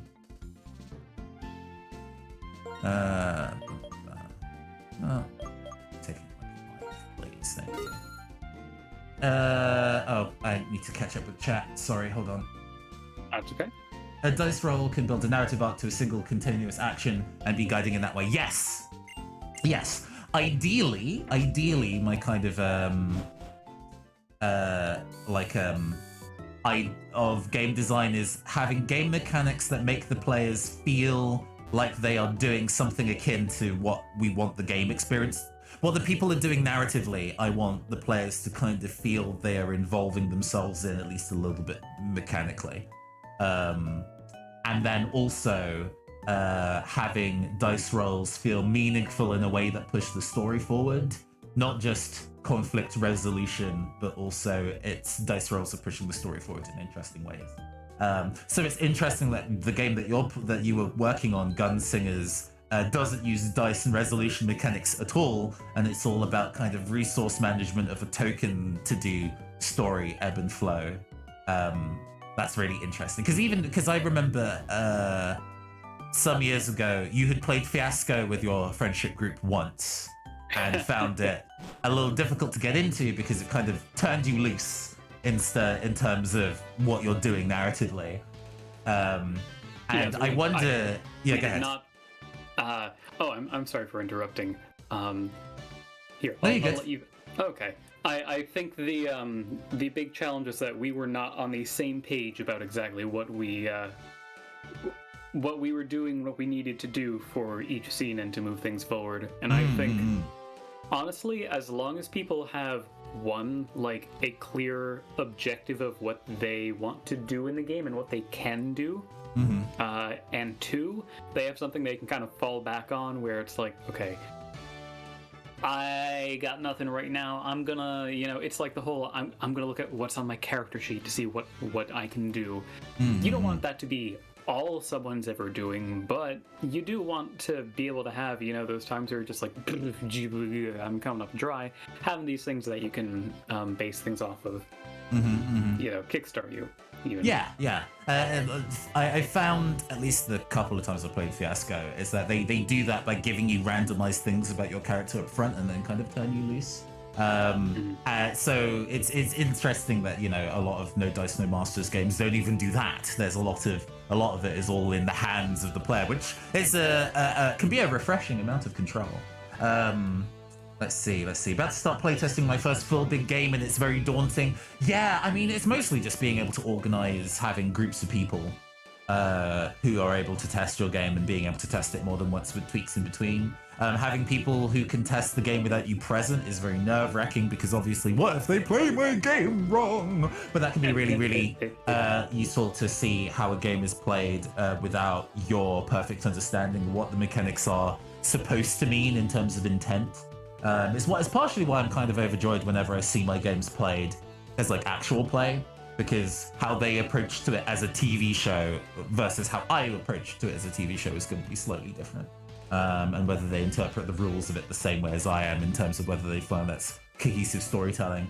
It's very improvised or lays on that kind of skills of engagement. Oh, yes. Yeah, tabletop RPGs are very, very improvised, but there's the kind of building and skills I think if you're really interested in acting as a general art form, I think trying some tabletop RPG stuff is a really good way to look at different angles, because there's plenty of ways that you can use stage acting techniques in tabletop RPGs and vice versa. It also, my limited experience of doing stage acting, I did like Lambda when I was a teenager, which is like a teenager acting diploma. It's basically an extracurricular acting activity you can do if you want to be like a busybody and do more than just your mandatory schooling. But there's almost an implicit thing of it being it felt quite competitive doing Lambda as a teenager, because a lot of it was how well do you understand and enact your soul role within the text. and the most that you do in terms of teamwork is kind of remembering to hit each other's timing correctly, but mostly you're just trying to be the biggest and shiniest because the outcome is already set. So you're just making this outcome the shiniest it can be, and I think tabletop RPGs encourage you to find ways to make yourself and the other players shiny in lots of different ways, and I think that's a really cool and useful thing. Hi Namira, I see that you're in the stream. I was catching up with other bits of chat bits and pieces.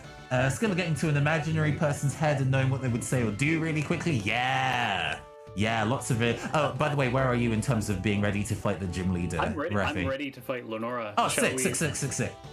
But before we do, well, first off, if you need to finish, then please do. Yeah, we'll knock through these things real quick. Yeah, really interesting acting techniques. I remember a couple of years ago, I was talking to a bunch of people who had theater experience, but were also tabletop fans, and about whether any of their schools of thought of acting impacted their tabletopping. And that was really interesting because they were all from different schools of acting. There was one person that I spoke to who specifically was a method actor, and enjoyed using method acting techniques in both regular dice rolling and in LARP.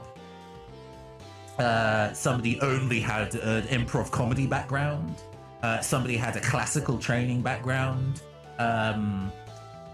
Ray, who was actually on our channel on Tuesday, who was one of the players for Ballad of Conjurers, knows some bits and pieces about the Chekhov acting technique, which personally fascinates me, and I'll be looking into when we're allowed to actually do group in-person classes. That sounds personally fascinating to me. So yeah, there's all sorts of ways that they can kind of cross over.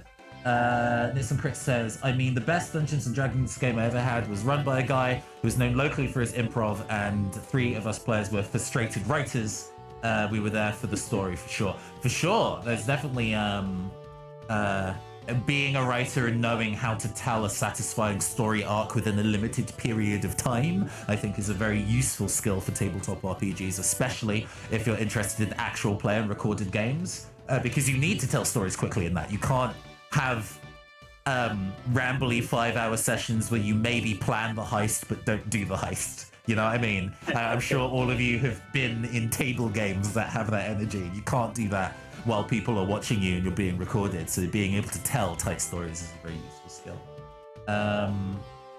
NDNM, I don't know what the acronym is, sorry. So interesting because so much... Masters.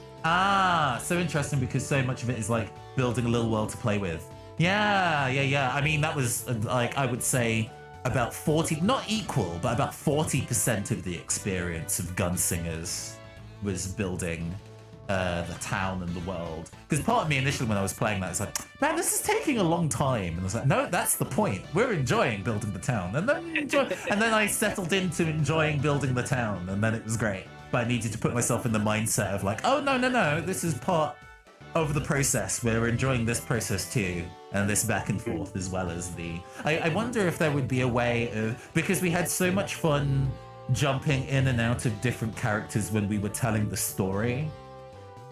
I wonder if there is a way of that kind of rapid tag teaming that could be done for the world building segments of Gunslingers. Because there's an interesting bit that you didn't talk about specifically. There's a bit where everybody goes stargazing and then tells a little story about the stars and moons and bits and pieces that they see. And, well, what if telling those stories was also a group improv exercise? I don't know. Spitting out loud now that I'm talking about how I felt about those experiences. No, that's sensible. I do like the idea of that, yeah. Traditional board game mechanics imported to TTRPGs is so funky, I want to try. Yeah, I mean, I really want to play some of the board games that try to be tabletop RPGs. I really want to play Gloomhaven at some point. There's a digital version of Gloomhaven that I wouldn't mind giving a whirl, but it's kind of organizing the players and the time to go and do that. Give tabletop RPGs victory points. I mean, you can. You absolutely can. I mean, isn't that a little bit of Mystic Lilies in places? It just means you make it a PvP tabletop RPG, and I think through practical experience, we know that that can be good and fun. Almost done with the scroll, and then we'll go fight Lenora. I feel like mechanics are a tool, a framework. what you can do with that framework is where that magic is. Yes, it's using. I remember a while ago I read a book about video game design called Rise of the Video Games Zinesters by Anna Anthropy, and I don't remember many bits and pieces of the book, but she does say at the beginning that to her a game is an experience defined by rules, and I think that's actually a really effective way of talking about games of all kinds. In that, you know, we could just do free-from improv. There's nothing stopping us from doing that. And I think actually I now have the friends who could probably do a really good job of that. But I like the rules in that they make us think about the storytelling in really unique ways. I was drama club, gosh. Never did that in high school. Lambda, I guess, was my drama club. Meant there was a limited number of theatre kids that I knew. Oh, that reminds me, we should do a King is Dead stream. Only conversation and backstabbing. Oh yeah, we did a little bit of The King is Dead. As part of our Blades in the Dark campaign, we did like a one-shot where everybody was putting on a play in the narrative. So we used The King is Dead to do the play. And that was a really fun and interesting time. Yeah, love using smaller, maybe weirder niche tabletop RPGs to tell a side story in a longer campaign. Love that shit. Anyway, let's go fight a boss. And as we are starting this, actually, to kick this off, my final guess before we clear the second gym. Mm-hmm. The problem is that I think I might have forgotten the middle name, but that'll come out. Natura Historia Gropius. You're worse than before. You had it better last time. How many points? So that would now be 1.5 when you were 2.5 before. Man, I forgot the middle name. That's devastating. You had the middle name right, and then you forgot it. I did. This is. Oh no. This is the real drama. Okay, so are you ready to? I'm gonna just go and pop Iron Defense a couple times, and then. Yeah, I'm gonna pop Iron Defense once, then pop an X attack and see if I can sleep. Because if I spam Iron Defense, that's going to not gonna play ball with a crit. Now that I know that crits are risky with takedown, I know I need to kill Herdia faster than that. So especially if they lead on Intimidate, Jesus. Okay, bite with the crit and the flinch. Cool. Ouch. Starting as we mean to go on. Double flinch. Thankfully, it headbutted me and then just leered. Okay. This sucks. Why is this game like this? Okay. I've gotten a much easier time of it. It is leering me back down, but I think I'll be okay. I'm just gonna keep rock smashing, nothing go wrong. Okay, first one down, WATCHOG out. Oh, okay. You cleared that quick. Yeah. Take down for no damage. Okay, my hell Chester yeah. Berry is gone now, but Flintbucks avoided the. Ooh. Okay, this is really good. Flintbucks avoided the second hypnosis and got a. Ooh, crit. Crit. Nice. So excellent. Lenora used her super potion. Of course she would, but I got the defense down on her twice so far. So. Flintbucks is now asleep. I don't think. Well, we have a Leer, but I'm gonna get another Iron Defense off. We'll have the time. Yeah, excellent. Okay, Crunch does actually pretty little to me. I think I can. Okay, I woke up, got another Rock Smash off. I'm gonna pop a potion. Let's go and pop a potion, yeah. Yeah. God, this makes this so much easier, having a thing that just resists damage, defense Right. fall. But that's fine. We've got... Okay, avoided. Okay, there we go, I'm clear. Okay. Thank goodness for the... Please! Please! Oh my god. How many turns have you been asleep for? That was There we 4. go. 4? Okay, there's... Go away. Video games. And now Flintbucks is my strongest Pokemon. Cards are getting way worse. Gym leader luck continues. Every time. Have you considered getting good luck? You know, being a game show host does mean that my contestants get the luck and I don't.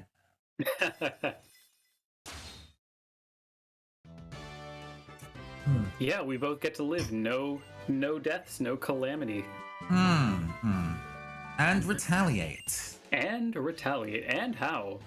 Really hope we don't get a lot of use out of retaliate. It didn't use retaliate. It just decided to not use retaliate. I mean, it has hypnosis. Now I'm basic, yeah. Oh yeah, Team Plasma are causing trouble. There is a plot to this game and not just suffering and crawling through the mud. I'm going to put Bling.wav in front just in case. Oh my god, thank you. Same. I think you do get to go to the Poke Center before chaos emerges. In a battle, at least. Liberating a dragon's skull. Plasma! Wow. I mean, the fact that they do have 3 ninjas working for their shadowy syndicate is definitely passing those skills on, huh?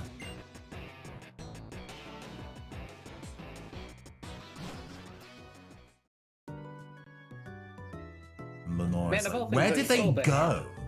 And they stole the head of the Dragonite? I mean, I guess. Suffering from this block. Master, this is Berg. I like Berg. Art nerd. Real thin. He's distressingly skinny. But well, that's just the artist's life. He does not consume calories, he just huffs paint. Oh no. The amount of because I've been putting together a lot of tabletop miniatures recently, and you use plastic cement to kind of like fuse the plastics together, and yeah, you need to have windows open during that, otherwise you go on a trip. If you want to burn out every kind of like a blood vessel in your nose, you need to make sure that you've got the space, the ventilation.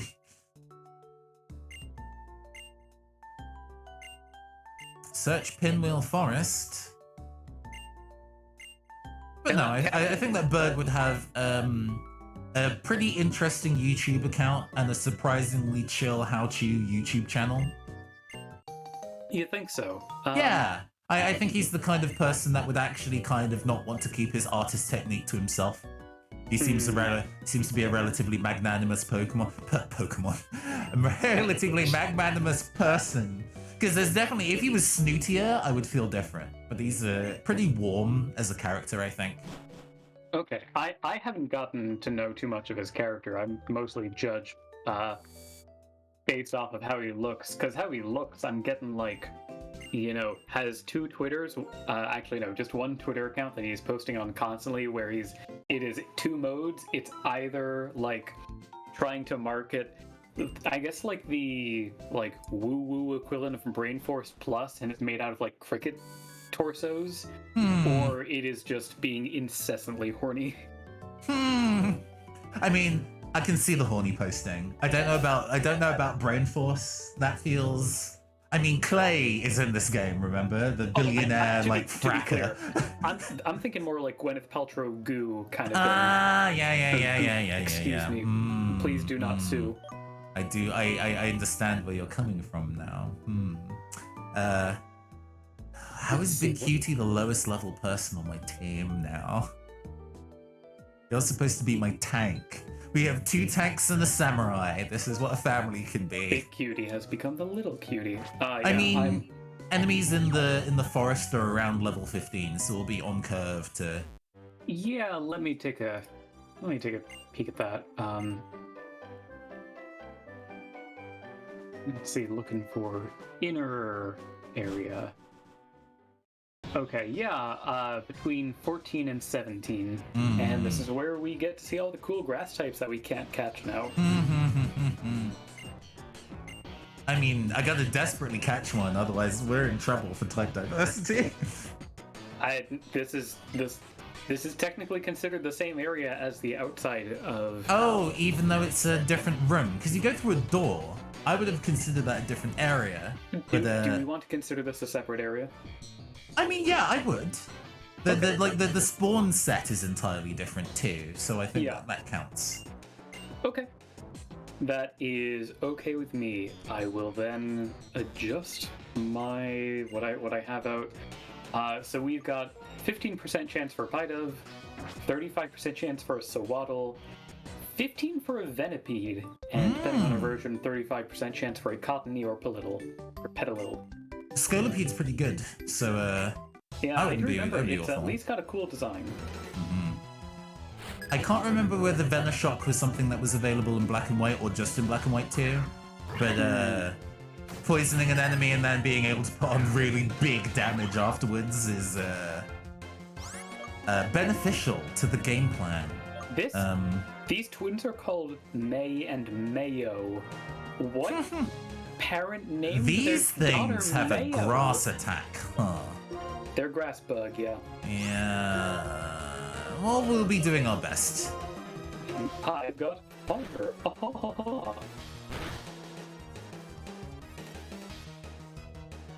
Least necessary grit. Razor Leaf hits both, but not for very much damage. Okay. Yeah, multi-target attacks, including Mayo's. I do it again. Yeah, multi-target attacks just take a damage penalty because of that, so that plus the fact that it's a goddamn Sawaddle. Okay, it's dead. Cool. The fact that this is work now. Immediately go outside to that nurse and be like, help! I'm looking forward to the future when you're happy that you have Oshawott.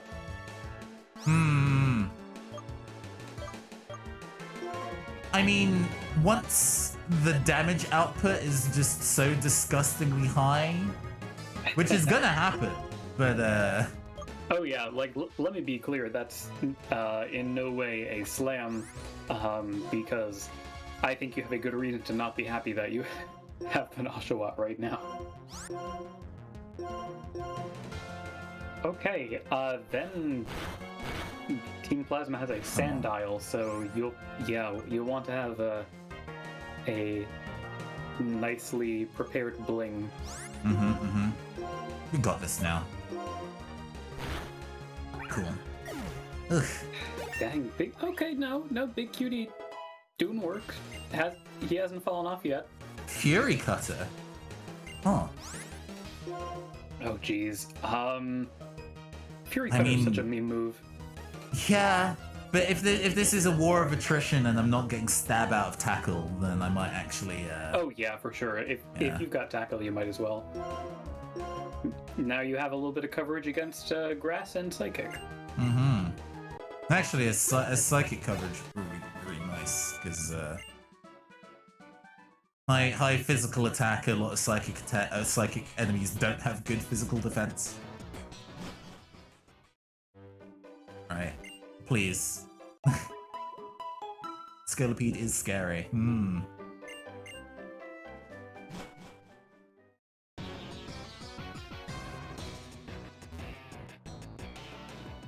Oh, that's where the plasma's sitting.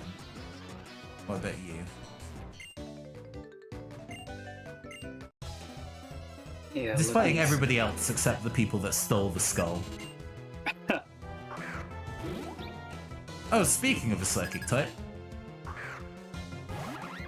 Okay, guess I'm avoiding that, child. Let me see what's next on the...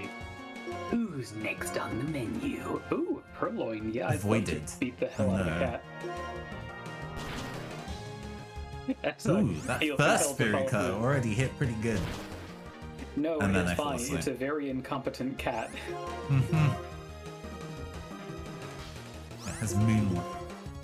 I forgot that it has moonlight. Ooh, interesting. So I wondered about this. Because Fury Cutter gets stronger every time you use it consecutively, being asleep doesn't count as a detractor. Really?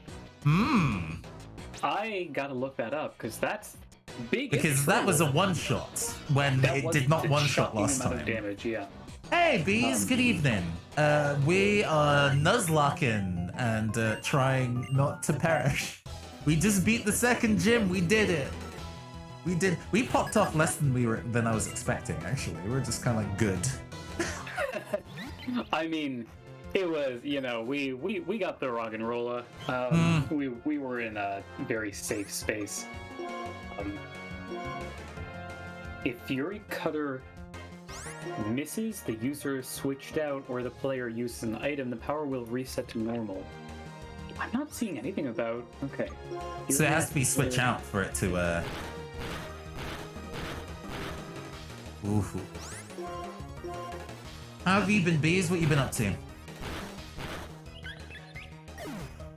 What the hell was that line? I beat the second team Plasma Grunt, and I swear to God, she just said, do you, what are you looking for? Do these look like the hands of a girl that carries a heavy load or something?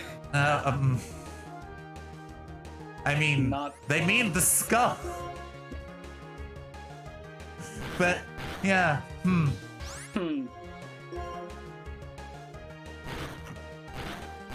Anyway, happy G-rated streaming month. Yeah, big cutie. Right. Okay, good. Yeah. You're right. Yeah. I just saw shaking grass. I was like, oh, Adino. Ran after it, and then I was like, oh. And because I forgot about the duplicate clause, which I will drop the rules in chat for people who may. Oh, yes. Exclamation mark rules.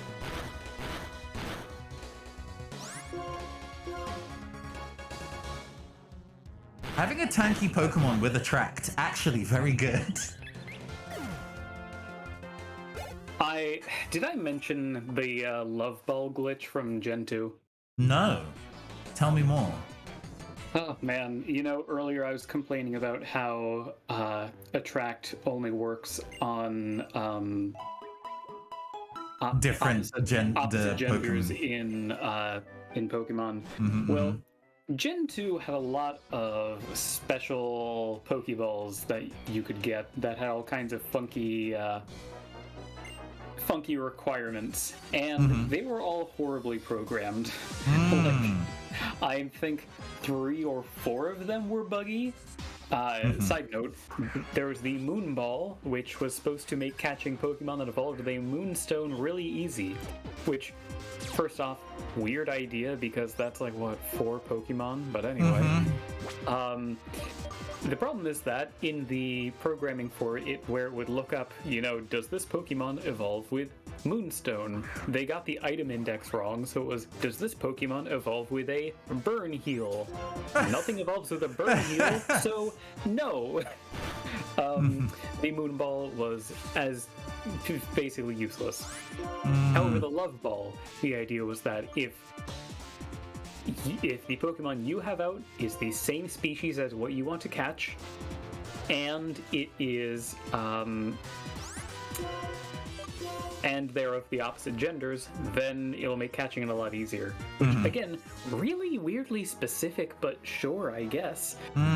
Except they messed up the gender check, so it's if it is the same gender as your Pokemon, so the Love Balls has gay rights, basically. I think I might have said that on a previous stream, but now No, I've you said it hadn't. again. That's the first I heard of that, actually.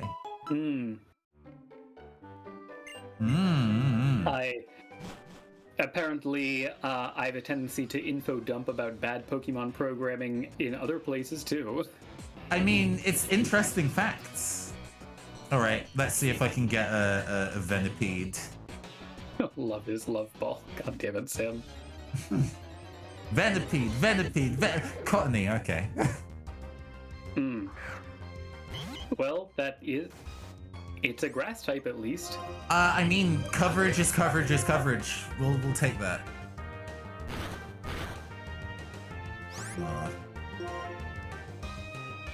Especially if it's something that has like the likes of Elite Seed, that's alright. Oh god. Timber is using Bide on me. I am not going to try for a quick kill because I'm so not confident I can do that. And this is not a wild Pokemon, so I just gotta... The worst part is that I'm poisoned, so my health is also ticking down as I'm stalling this out. Okay. I'm just gonna go and throw a great ball and then hope that this is what... This is the movement. Please. Prepare Please. to see the movement. Please. Okay. God. I forgot that obviously if I don't catch or kill this, neither of us get anything. Okay. Let me know when you've caught your thing. Yep, I'm just getting out of this trainer fight, which was scary, honestly. Okay, now I'm heading to some grass. It doesn't really matter where in here I go. I think it's all... I don't think that... Yeah, appearances, it's just outer and inner area. Cool. Okay. I'm gonna... What are you gonna find? What are you gonna find? Let's find out. In this moment, I have had an encounter, and it is a Venipede. Oh, lucky! Yeah, I think so. There's a part of me that kind of really wishes I had a grass type, but... also, all of the grass types in here are not good, so... Okay, that was a very chunky double slap I got off, so... Great. Oh, wait, let's go for a netball, because bug type. Bug type bonus. Okay, and caught. Okay. Okay. Let's go and you do the countdown. Okay. Give me just a moment. Got it. Okay. 3, 2, 1. Rider. Fluff. Fluff Rider. Yeah. It's like the cutesy version of Knight Rider.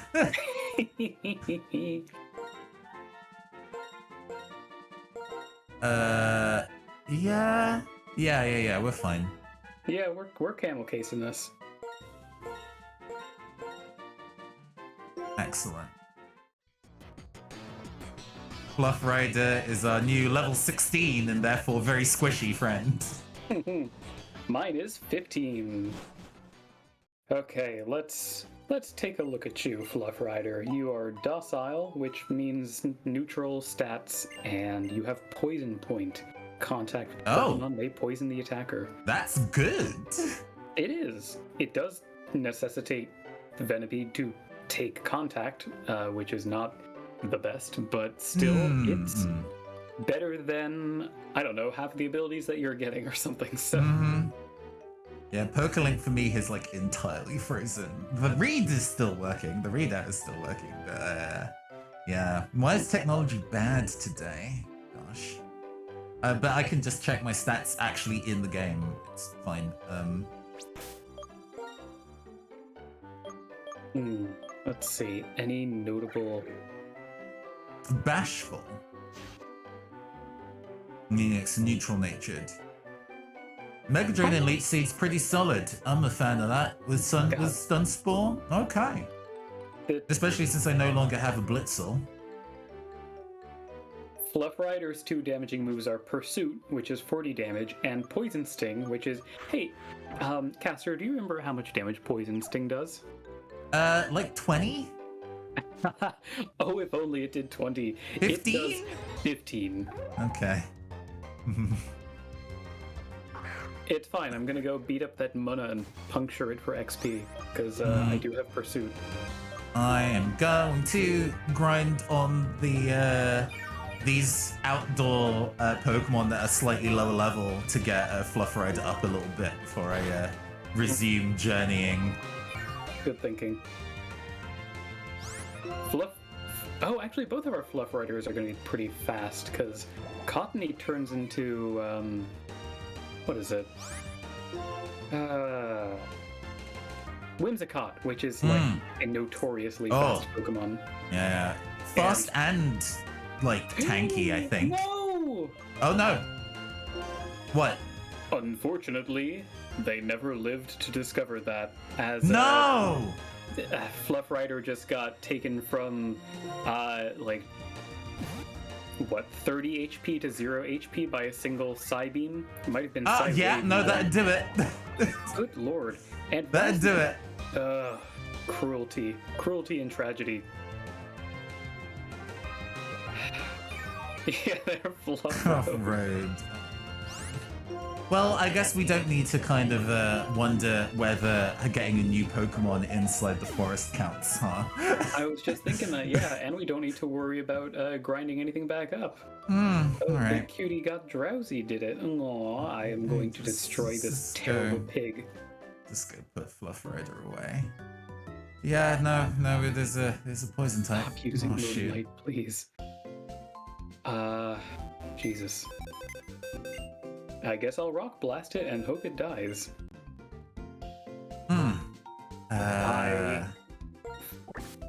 Fluff Rider, welcome to hell.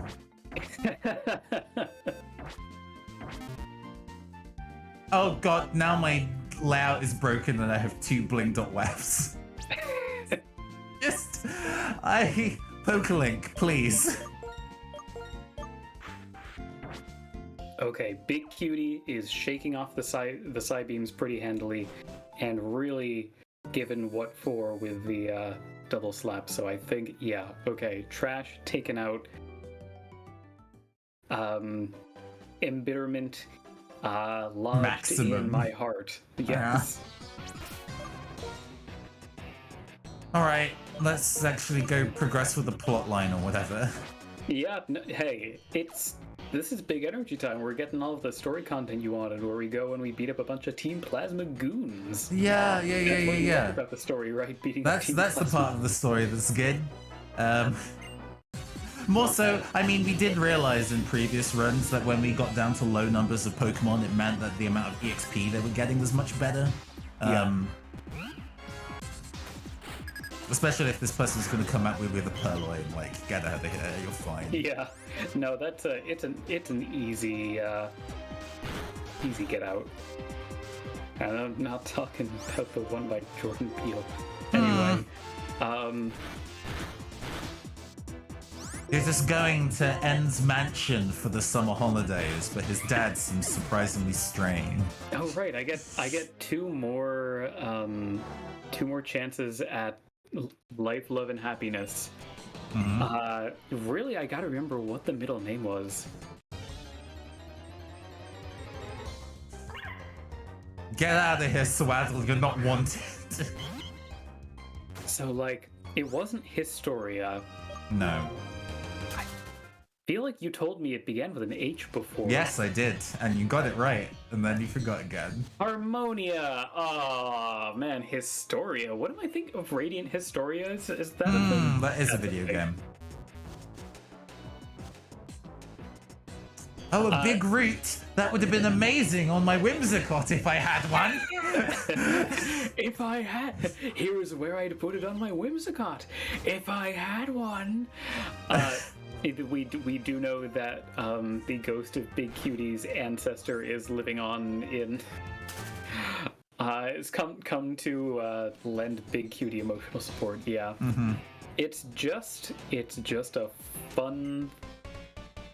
It's not a glitch, it's a fun party, but wow. Bling just single-handedly got a 5-hit arm thrust to destroy a Herdier before it gets to move. Okay. I like this pig now. Good pig. Pokelink is just having an entire time. Want to see something amazing, you say, highlighted? Sure. I'm for amazing things. I'm just gonna A Chesto Berry. Oh, a takedown. Okay. I'm gonna go switch to Rock and Roller. I've learned my lesson. Not to fall in love. Big B's, if you're using a tract, it's not going to work. The rules of Pokemon have said that that's not going to work.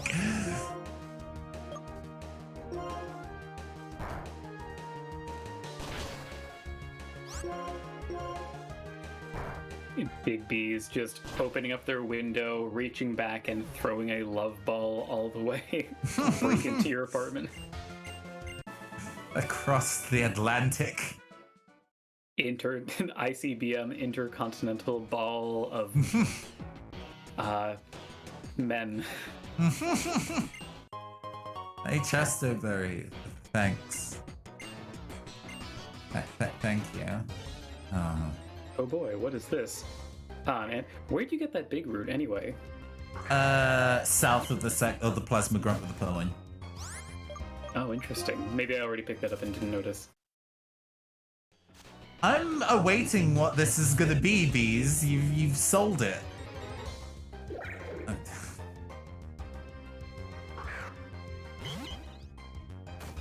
Centipede. Oh, yes, that's right. You had a drag stream yesterday, I remember. It was at an hour that I was unable to observe. Let me check my phone. Your contour better be on point. Huh. Oh, yeah. Yeah, with the weave. With the weave and the big blue eyeshadow. Yeah, nice. And the press-ons. Yo. To be real, it's actually a nightmare to find long press-ons in, like, mask fingernail size. So, good on you. Good on you for getting all the pieces. Sick. How long did it take you to put together? Because, I swear, if I'm doing like a full makeup face, it takes me... I've managed to kind of get elaborate looks to about 2 hours now. It used to take me 3. And actually, if I do something that's in the way of like painting a detailed shape on my face, it will definitely take me 3. But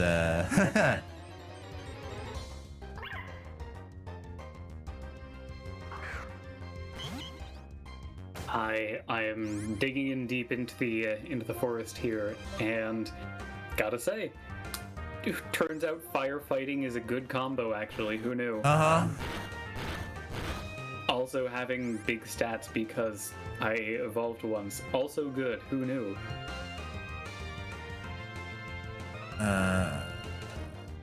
Swaddle's damage is so low, I could probably get away with switching out to Blue. I'm just gonna run. Why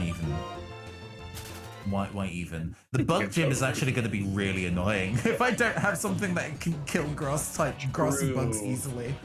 You're going to be fine, but I'm gonna be running into issues. I didn't do it. Lady Bees did. I see. I understand. Ooh, heads up. There are rangers in here. I'm guessing there's 3 rangers, and each one has a different elemental monkey on it. First one is grass, second one is water. Big cutie. Wow, I can't believe an upcoming gem will be harder for caster. Surely there's a point in the future where this game gets easier for you. Is there a gym that's weak to water that comes up? I don't think there is. Because there's an electric gym after that.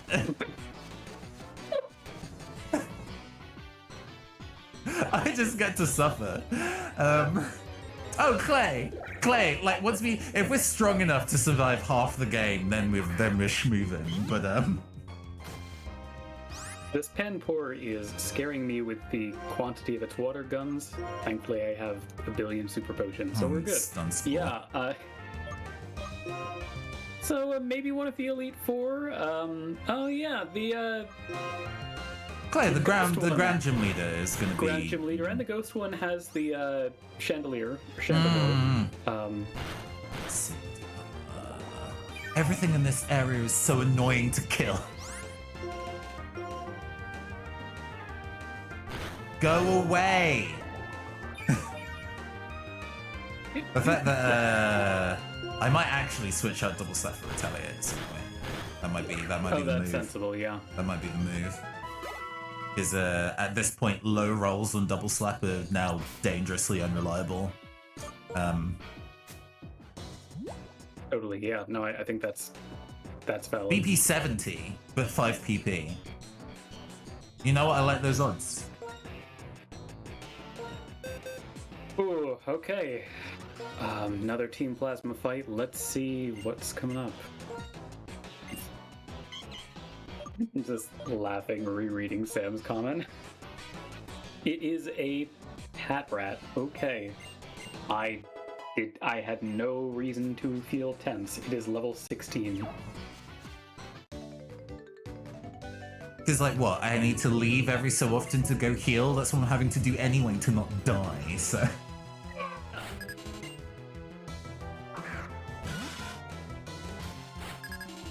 I should probably actually check if there's a big fight coming up. There's a bunch of... Okay. Not really. There's a... Oh... Protect is a bad call. Protect is a very bad call when I only have 5 PP. Oh, no. Oh, and poison point, I see. And it got it twice in a row? Yeah. Max. It's fine, the fight is over.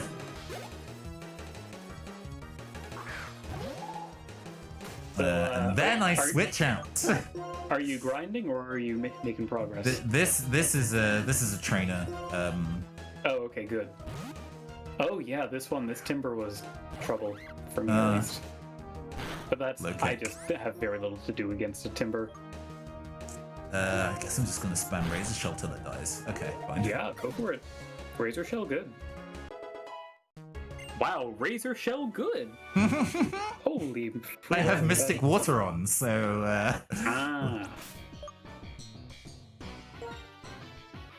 We're now in the territory where do I flirt with the idea of keeping Torrent live, but peril strats, yikes. Yeah, no. that's pretty spicy calculation there, buddy. Peril Mario. I don't know. I've watched too many speed runs where that's how you basically march through chunks of the game with a single Pokemon, is just kind of have them be fast and strong.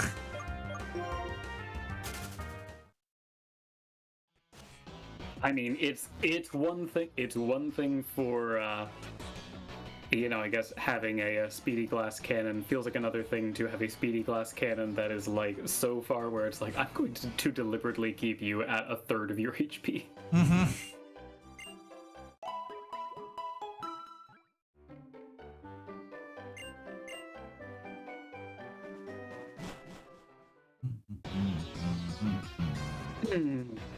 Okay.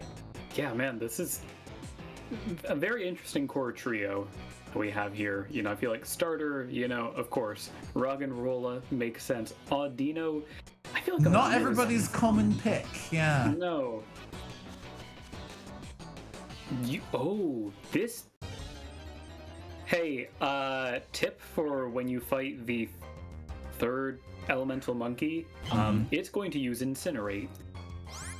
Okay.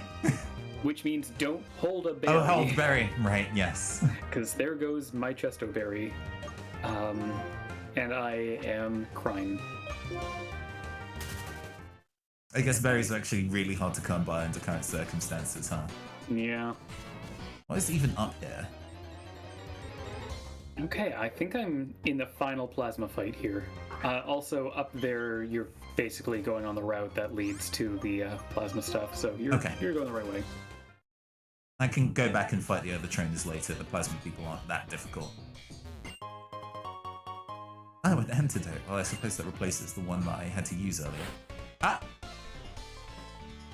Ninja Ranger. Yes. And that's probably going to be the first elemental monkey. Mm-hmm. Monkey, as that's they say. Not what I want to see. Well, actually, I can retaliate this one, I think. I can get a workup off and see if I can one-hit KO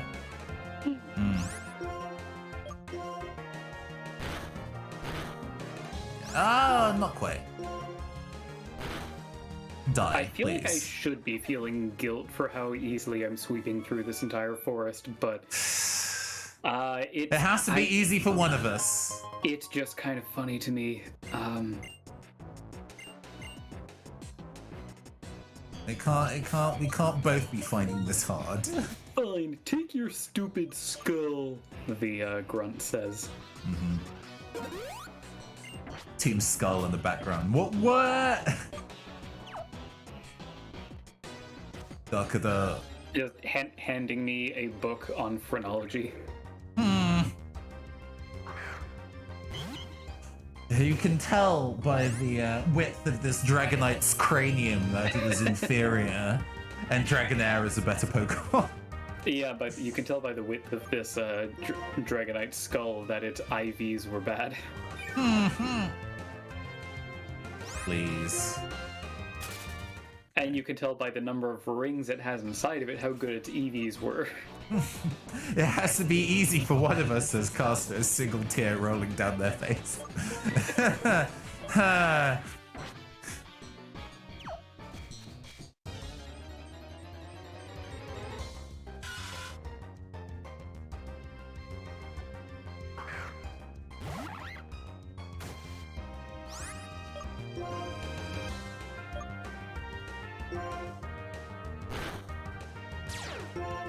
Oh, right, poison point.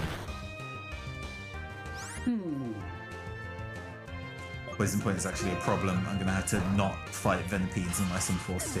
It's a pain, yeah. Oh, got a moon. Oh, never mind. I was The Moonstone, we can't use that. Yeah, I was like, oh, but Caster can use the Moonstone. No, that was in the previous timeline. it is a stone evolution for Whimsicott, but I can't remember what the. I assume it's a Leaf Stone or a Dawn Stone. I think it's a Dawnstone. Oh man, well, okay, I am not running back to the Pokemon Center because I'm apparently running into a Pokemon battle. A little scary, but I think it'll be fine. I think. Do you have an escape rope on you? Escape rope on you, because that's probably going to be. This is a trainer battle, but it's fine because she threw out a level 15 Woobat, so I'm just gonna send in Flint Bucks set up with Iron Defense and then just rock blast their entire team to death. And also scroll up and see what she's packing 15 Woobats, then I'm not even gonna bother with the Iron Defense. Do not Heart Stamp me. What does Heart Stamp even do? Is that like a physical It's just attack? just a psychic. I think it is a physical psychic attack. Yeah, that was a bit knocked down, dragged out, but we got there. Nice.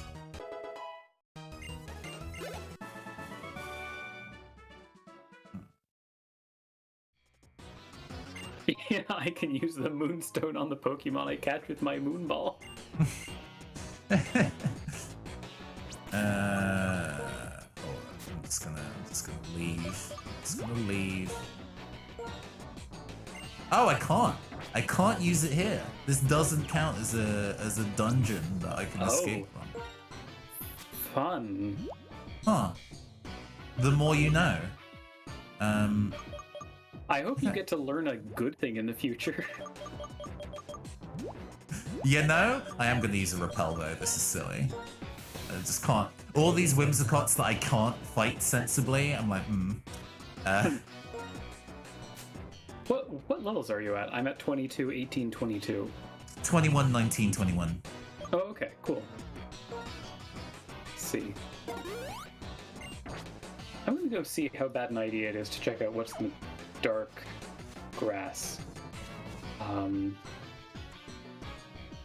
Let's see, dark grass, inner area. Oh, that's a level jump. Ooh, that's a level jump. Oh, it goes to 23, 22 to 25, and evolved forms of most of them. So yeah, I'm not going in that dark grass, buddy. Holy moly. I am, however, going to fight this Ordino and gain a level for free. Even if I am paralyzed, we can still make it happen. Even if we are paralyzed, I can still make it happen.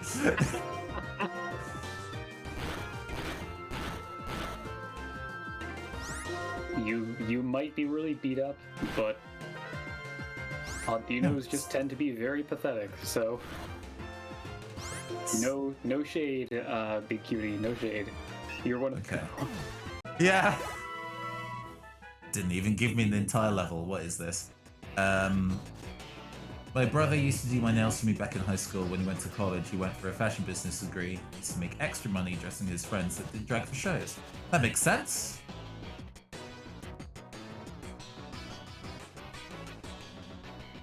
The Pell's effect wore off. It's fine. We're out of the grass now. Oh, that sounds fun, Beeves. Oh, it's and crits. My operator's an only child, so they had to kind of teach themselves basically everything in terms of the fabulous arts, the beautification sciences.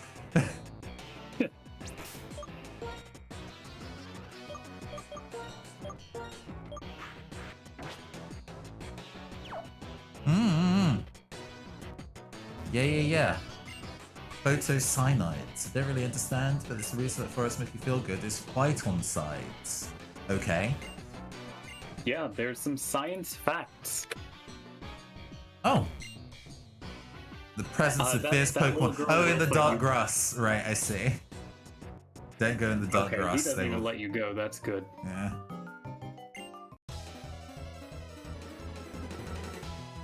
Her team's pretty unthreatening, non-threatening even.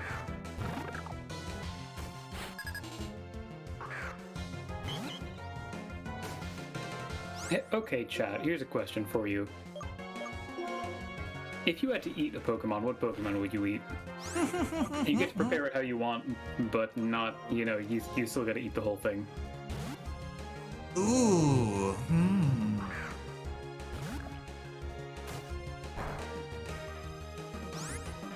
Is there a grass water type? There must be. Let's see, a grass water type. Why? Oh, Celebi being the onion fairy. Good call. Little scallion noodle vibes. Ludicolo. Yeah. There we go. Ludicolo feels like sensible eating. I think that would work out fine. Swampert is water ground. That feels like that would be miserable eating if. Yeah, that. Buddy. Just eat some mud. Let's see. I like it, huh?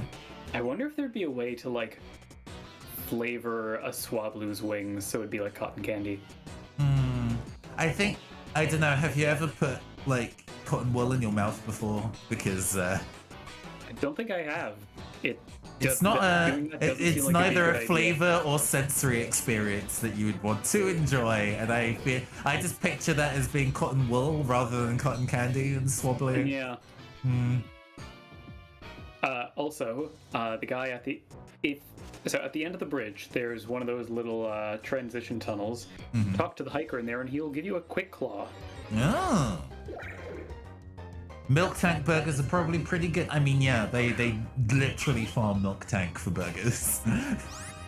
You mean milk tank? Yeah. Ooh, let's see. Blaze Control, we're not talking about that on this stream. So I'd probably say Slowpoke tails are supposed to be tasty, aren't they? Empty calories. Yeah. Oh, the roast duck with links. Yeah. Far-fetched and Surfetched would definitely be also a very sensible choice. Let's see. Also, shout out to this game for having a section where you run across a bridge for can we get a timer on to see how long it takes to run across this bridge when you get there? Right, yeah. It takes a full minute. At least. Let's see. Oh, there's Pokemon that I was thinking would be really tasty. Oh, I mean, there's lots of Applin. Yeah. I was like, oh, Tropius, but then if it's the whole thing, that's a very different experience eating the lizard dinosaur thing versus the bananas it has on its neck. Yeah, do you can eat a banana or a banana tree.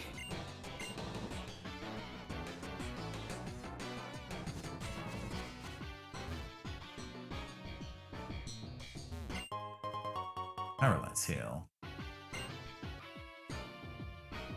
This forest dungeon is surprisingly long. Yeah, but you're... I'm near the end of it, but Uh-huh. Yeah, no, it's a surprising amount. Oh, Panseer? Oh, you also have learned the struggle, I see. Hope you're not holding a berry. However, mine died, so I no longer have to think about it anymore. And now yours is dead too.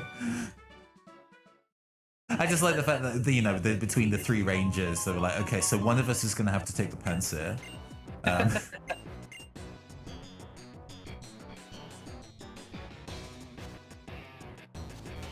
I have to walk the long way around. Is this a drawing straws situation?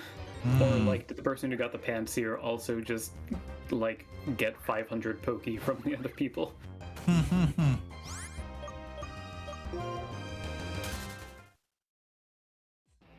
You know, if it was like you get the Panseer and then also get a flamethrower TM, okay. You know, we're into that. We're laughing. But, incinerate and lick. Are you kidding? Get out of here with that. Did not process that you were talking about, like, the technical machine for the move flamethrower, and it was like... Just a literal flamethrower, yeah. You get a flamethrower trademark. As long as you know, I'll take Panseer as long as I get a gun. Grass knot, which I also cannot use. Oh, grass knot's very good. Grass knot's amazing, and we can't use it. Things can use grass knot. Where did you get that? So after you beat the grunt that was on, after you beat the Panseer ranger, if you go down into the little swamp pit next to it and follow it round, there's the TM there. Okay, so this is not going through the dark grass. No. Okay, yeah, I'm going to get like. Oh my god, Big Cutie and Bling.wav can learn grass knot. That's... Yeah. Huh. Because I was thinking, you know, what is it? Infernape can learn grass knot, and that's a big part of its type coverage. Okay. Yeah, I don't know why grass knot is the thing that everyone gets, but it's going to be kind of questionably useful early game because most low-level Things are Pokemon light, are also tiny, but mm-hmm. It will play out in the end. I think I'm going to lose Refresh. Yeah. It's helped a little bit, but items exist, and we're in a position where we can use them. This is going to be like the only special attack I have on my team. I'm considering, do I bother teaching it to Oshawa as well? No, it's fine. Bling.wav has enough damage dealing inherent. Where did you say the swamp area was?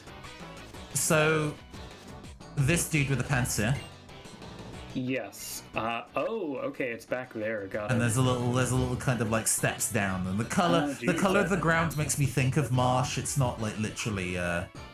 But I get you. Okay, so I've got some backtracking to do to get there. Goodness. Okay, well, you might make it into the city first.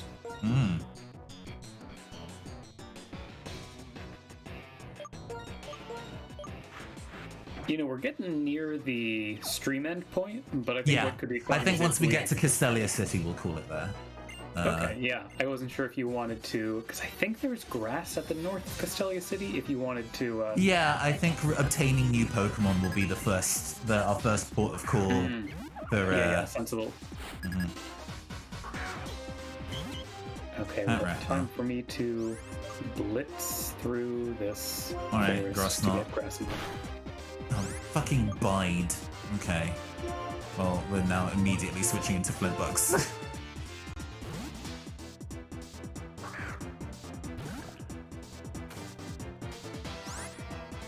I'm glad that at least Bide is normal type, because imagine if there's like... Then we'll resist it, yes. Oh my god, if Bide was fighting type, I would scream. Yeah, I'm just gonna heal you again, friend.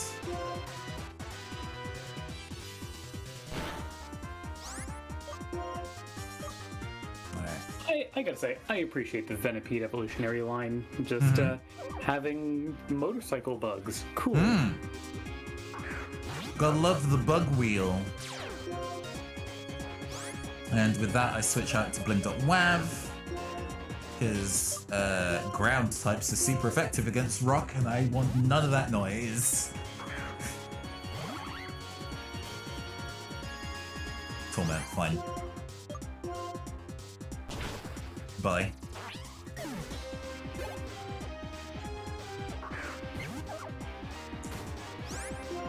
Too bad for you, I also have Rock Smash.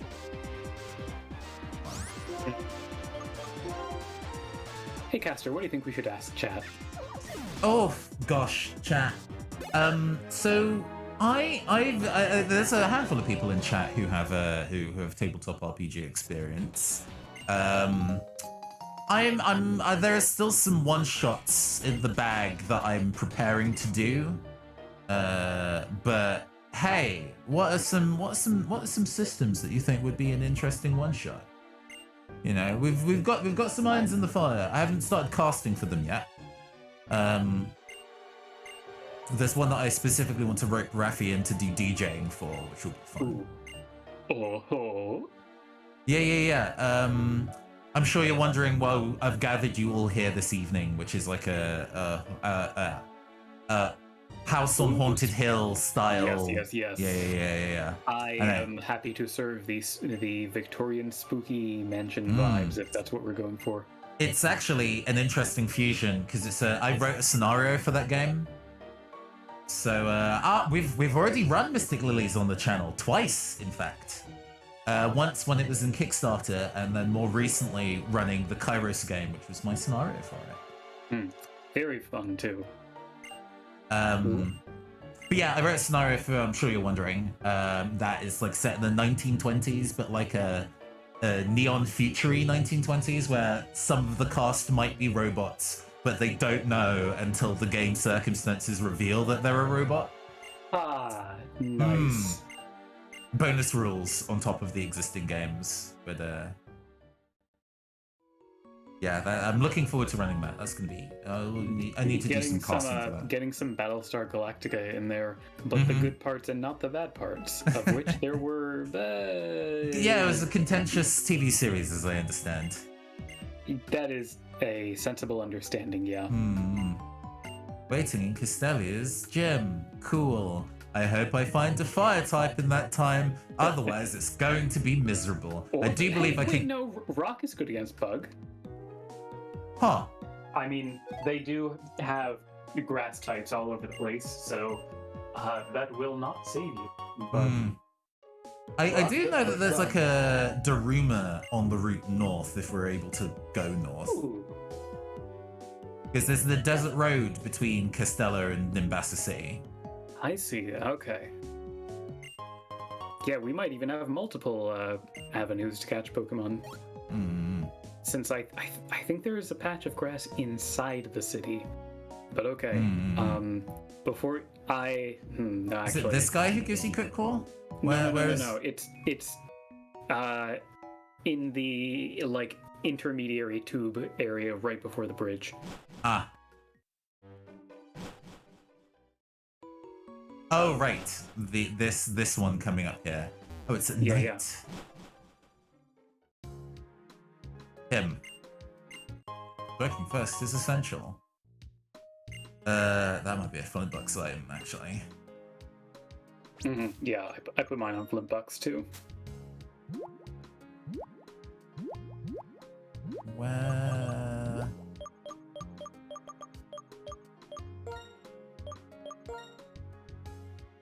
You know, I appreciate that this bridge trip exists, both so that the game can be like, look, we have some 3D technology. It's the Nintendo DS. It's not just.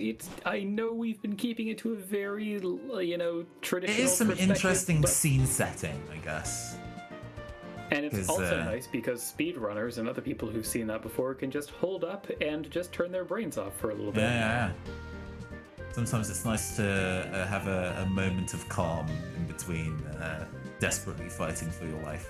But I because this is the most urban Pokemon game, at least when the game came out, I think this was a really effective way of just highlighting how urban it was as an area. Yeah. Because, you know, the cycling road, even in stuff like the HD re-releases, don't really cement how urban that part of the world is. But this actually gives you some scale. This is how small you are in the world, even if you aren't using a bike or whatever. Hey, come again. There have been some fatalities. There have been some technical problems, but we did beat the second gym leader. Yeah, in terms of fatalities, not once but twice we went, oh boy, it's time to meet a new friend. New friend immediately self-destructs.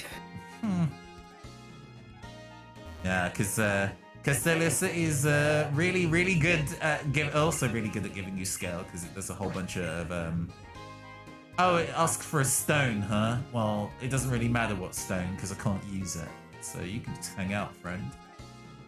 Progress has been made. Progress has indeed been made. This is the furthest we've ever gotten. Mm-hmm. Disco Pete and Fluff Rider are chilling in hell. Let's go and show you the fatalities, shall we? The body count. Oh, there was a NPC here. Want to cover your Pokemon? Oh, sorry. Do you know Geonet? No. Oh, she's the Bill of this game. Gotcha. Oh, is she? I assume so. Oh.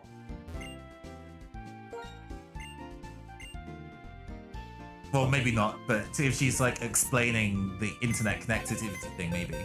I know there's a different equivalent of Bill in every game. Oh, although I don't think they established that for Sword and Shield. They'd stopped doing that by then, I guess. Yeah. But yeah, So. In Hell we have Cyclofang, we have Disco Pete, we have Beanhound, we have Macho Splash, DJ Trick, and Fluff Rider, all chilling in Hell. God. Box operations. Okay, we made it to the next city. We're alive and breathing.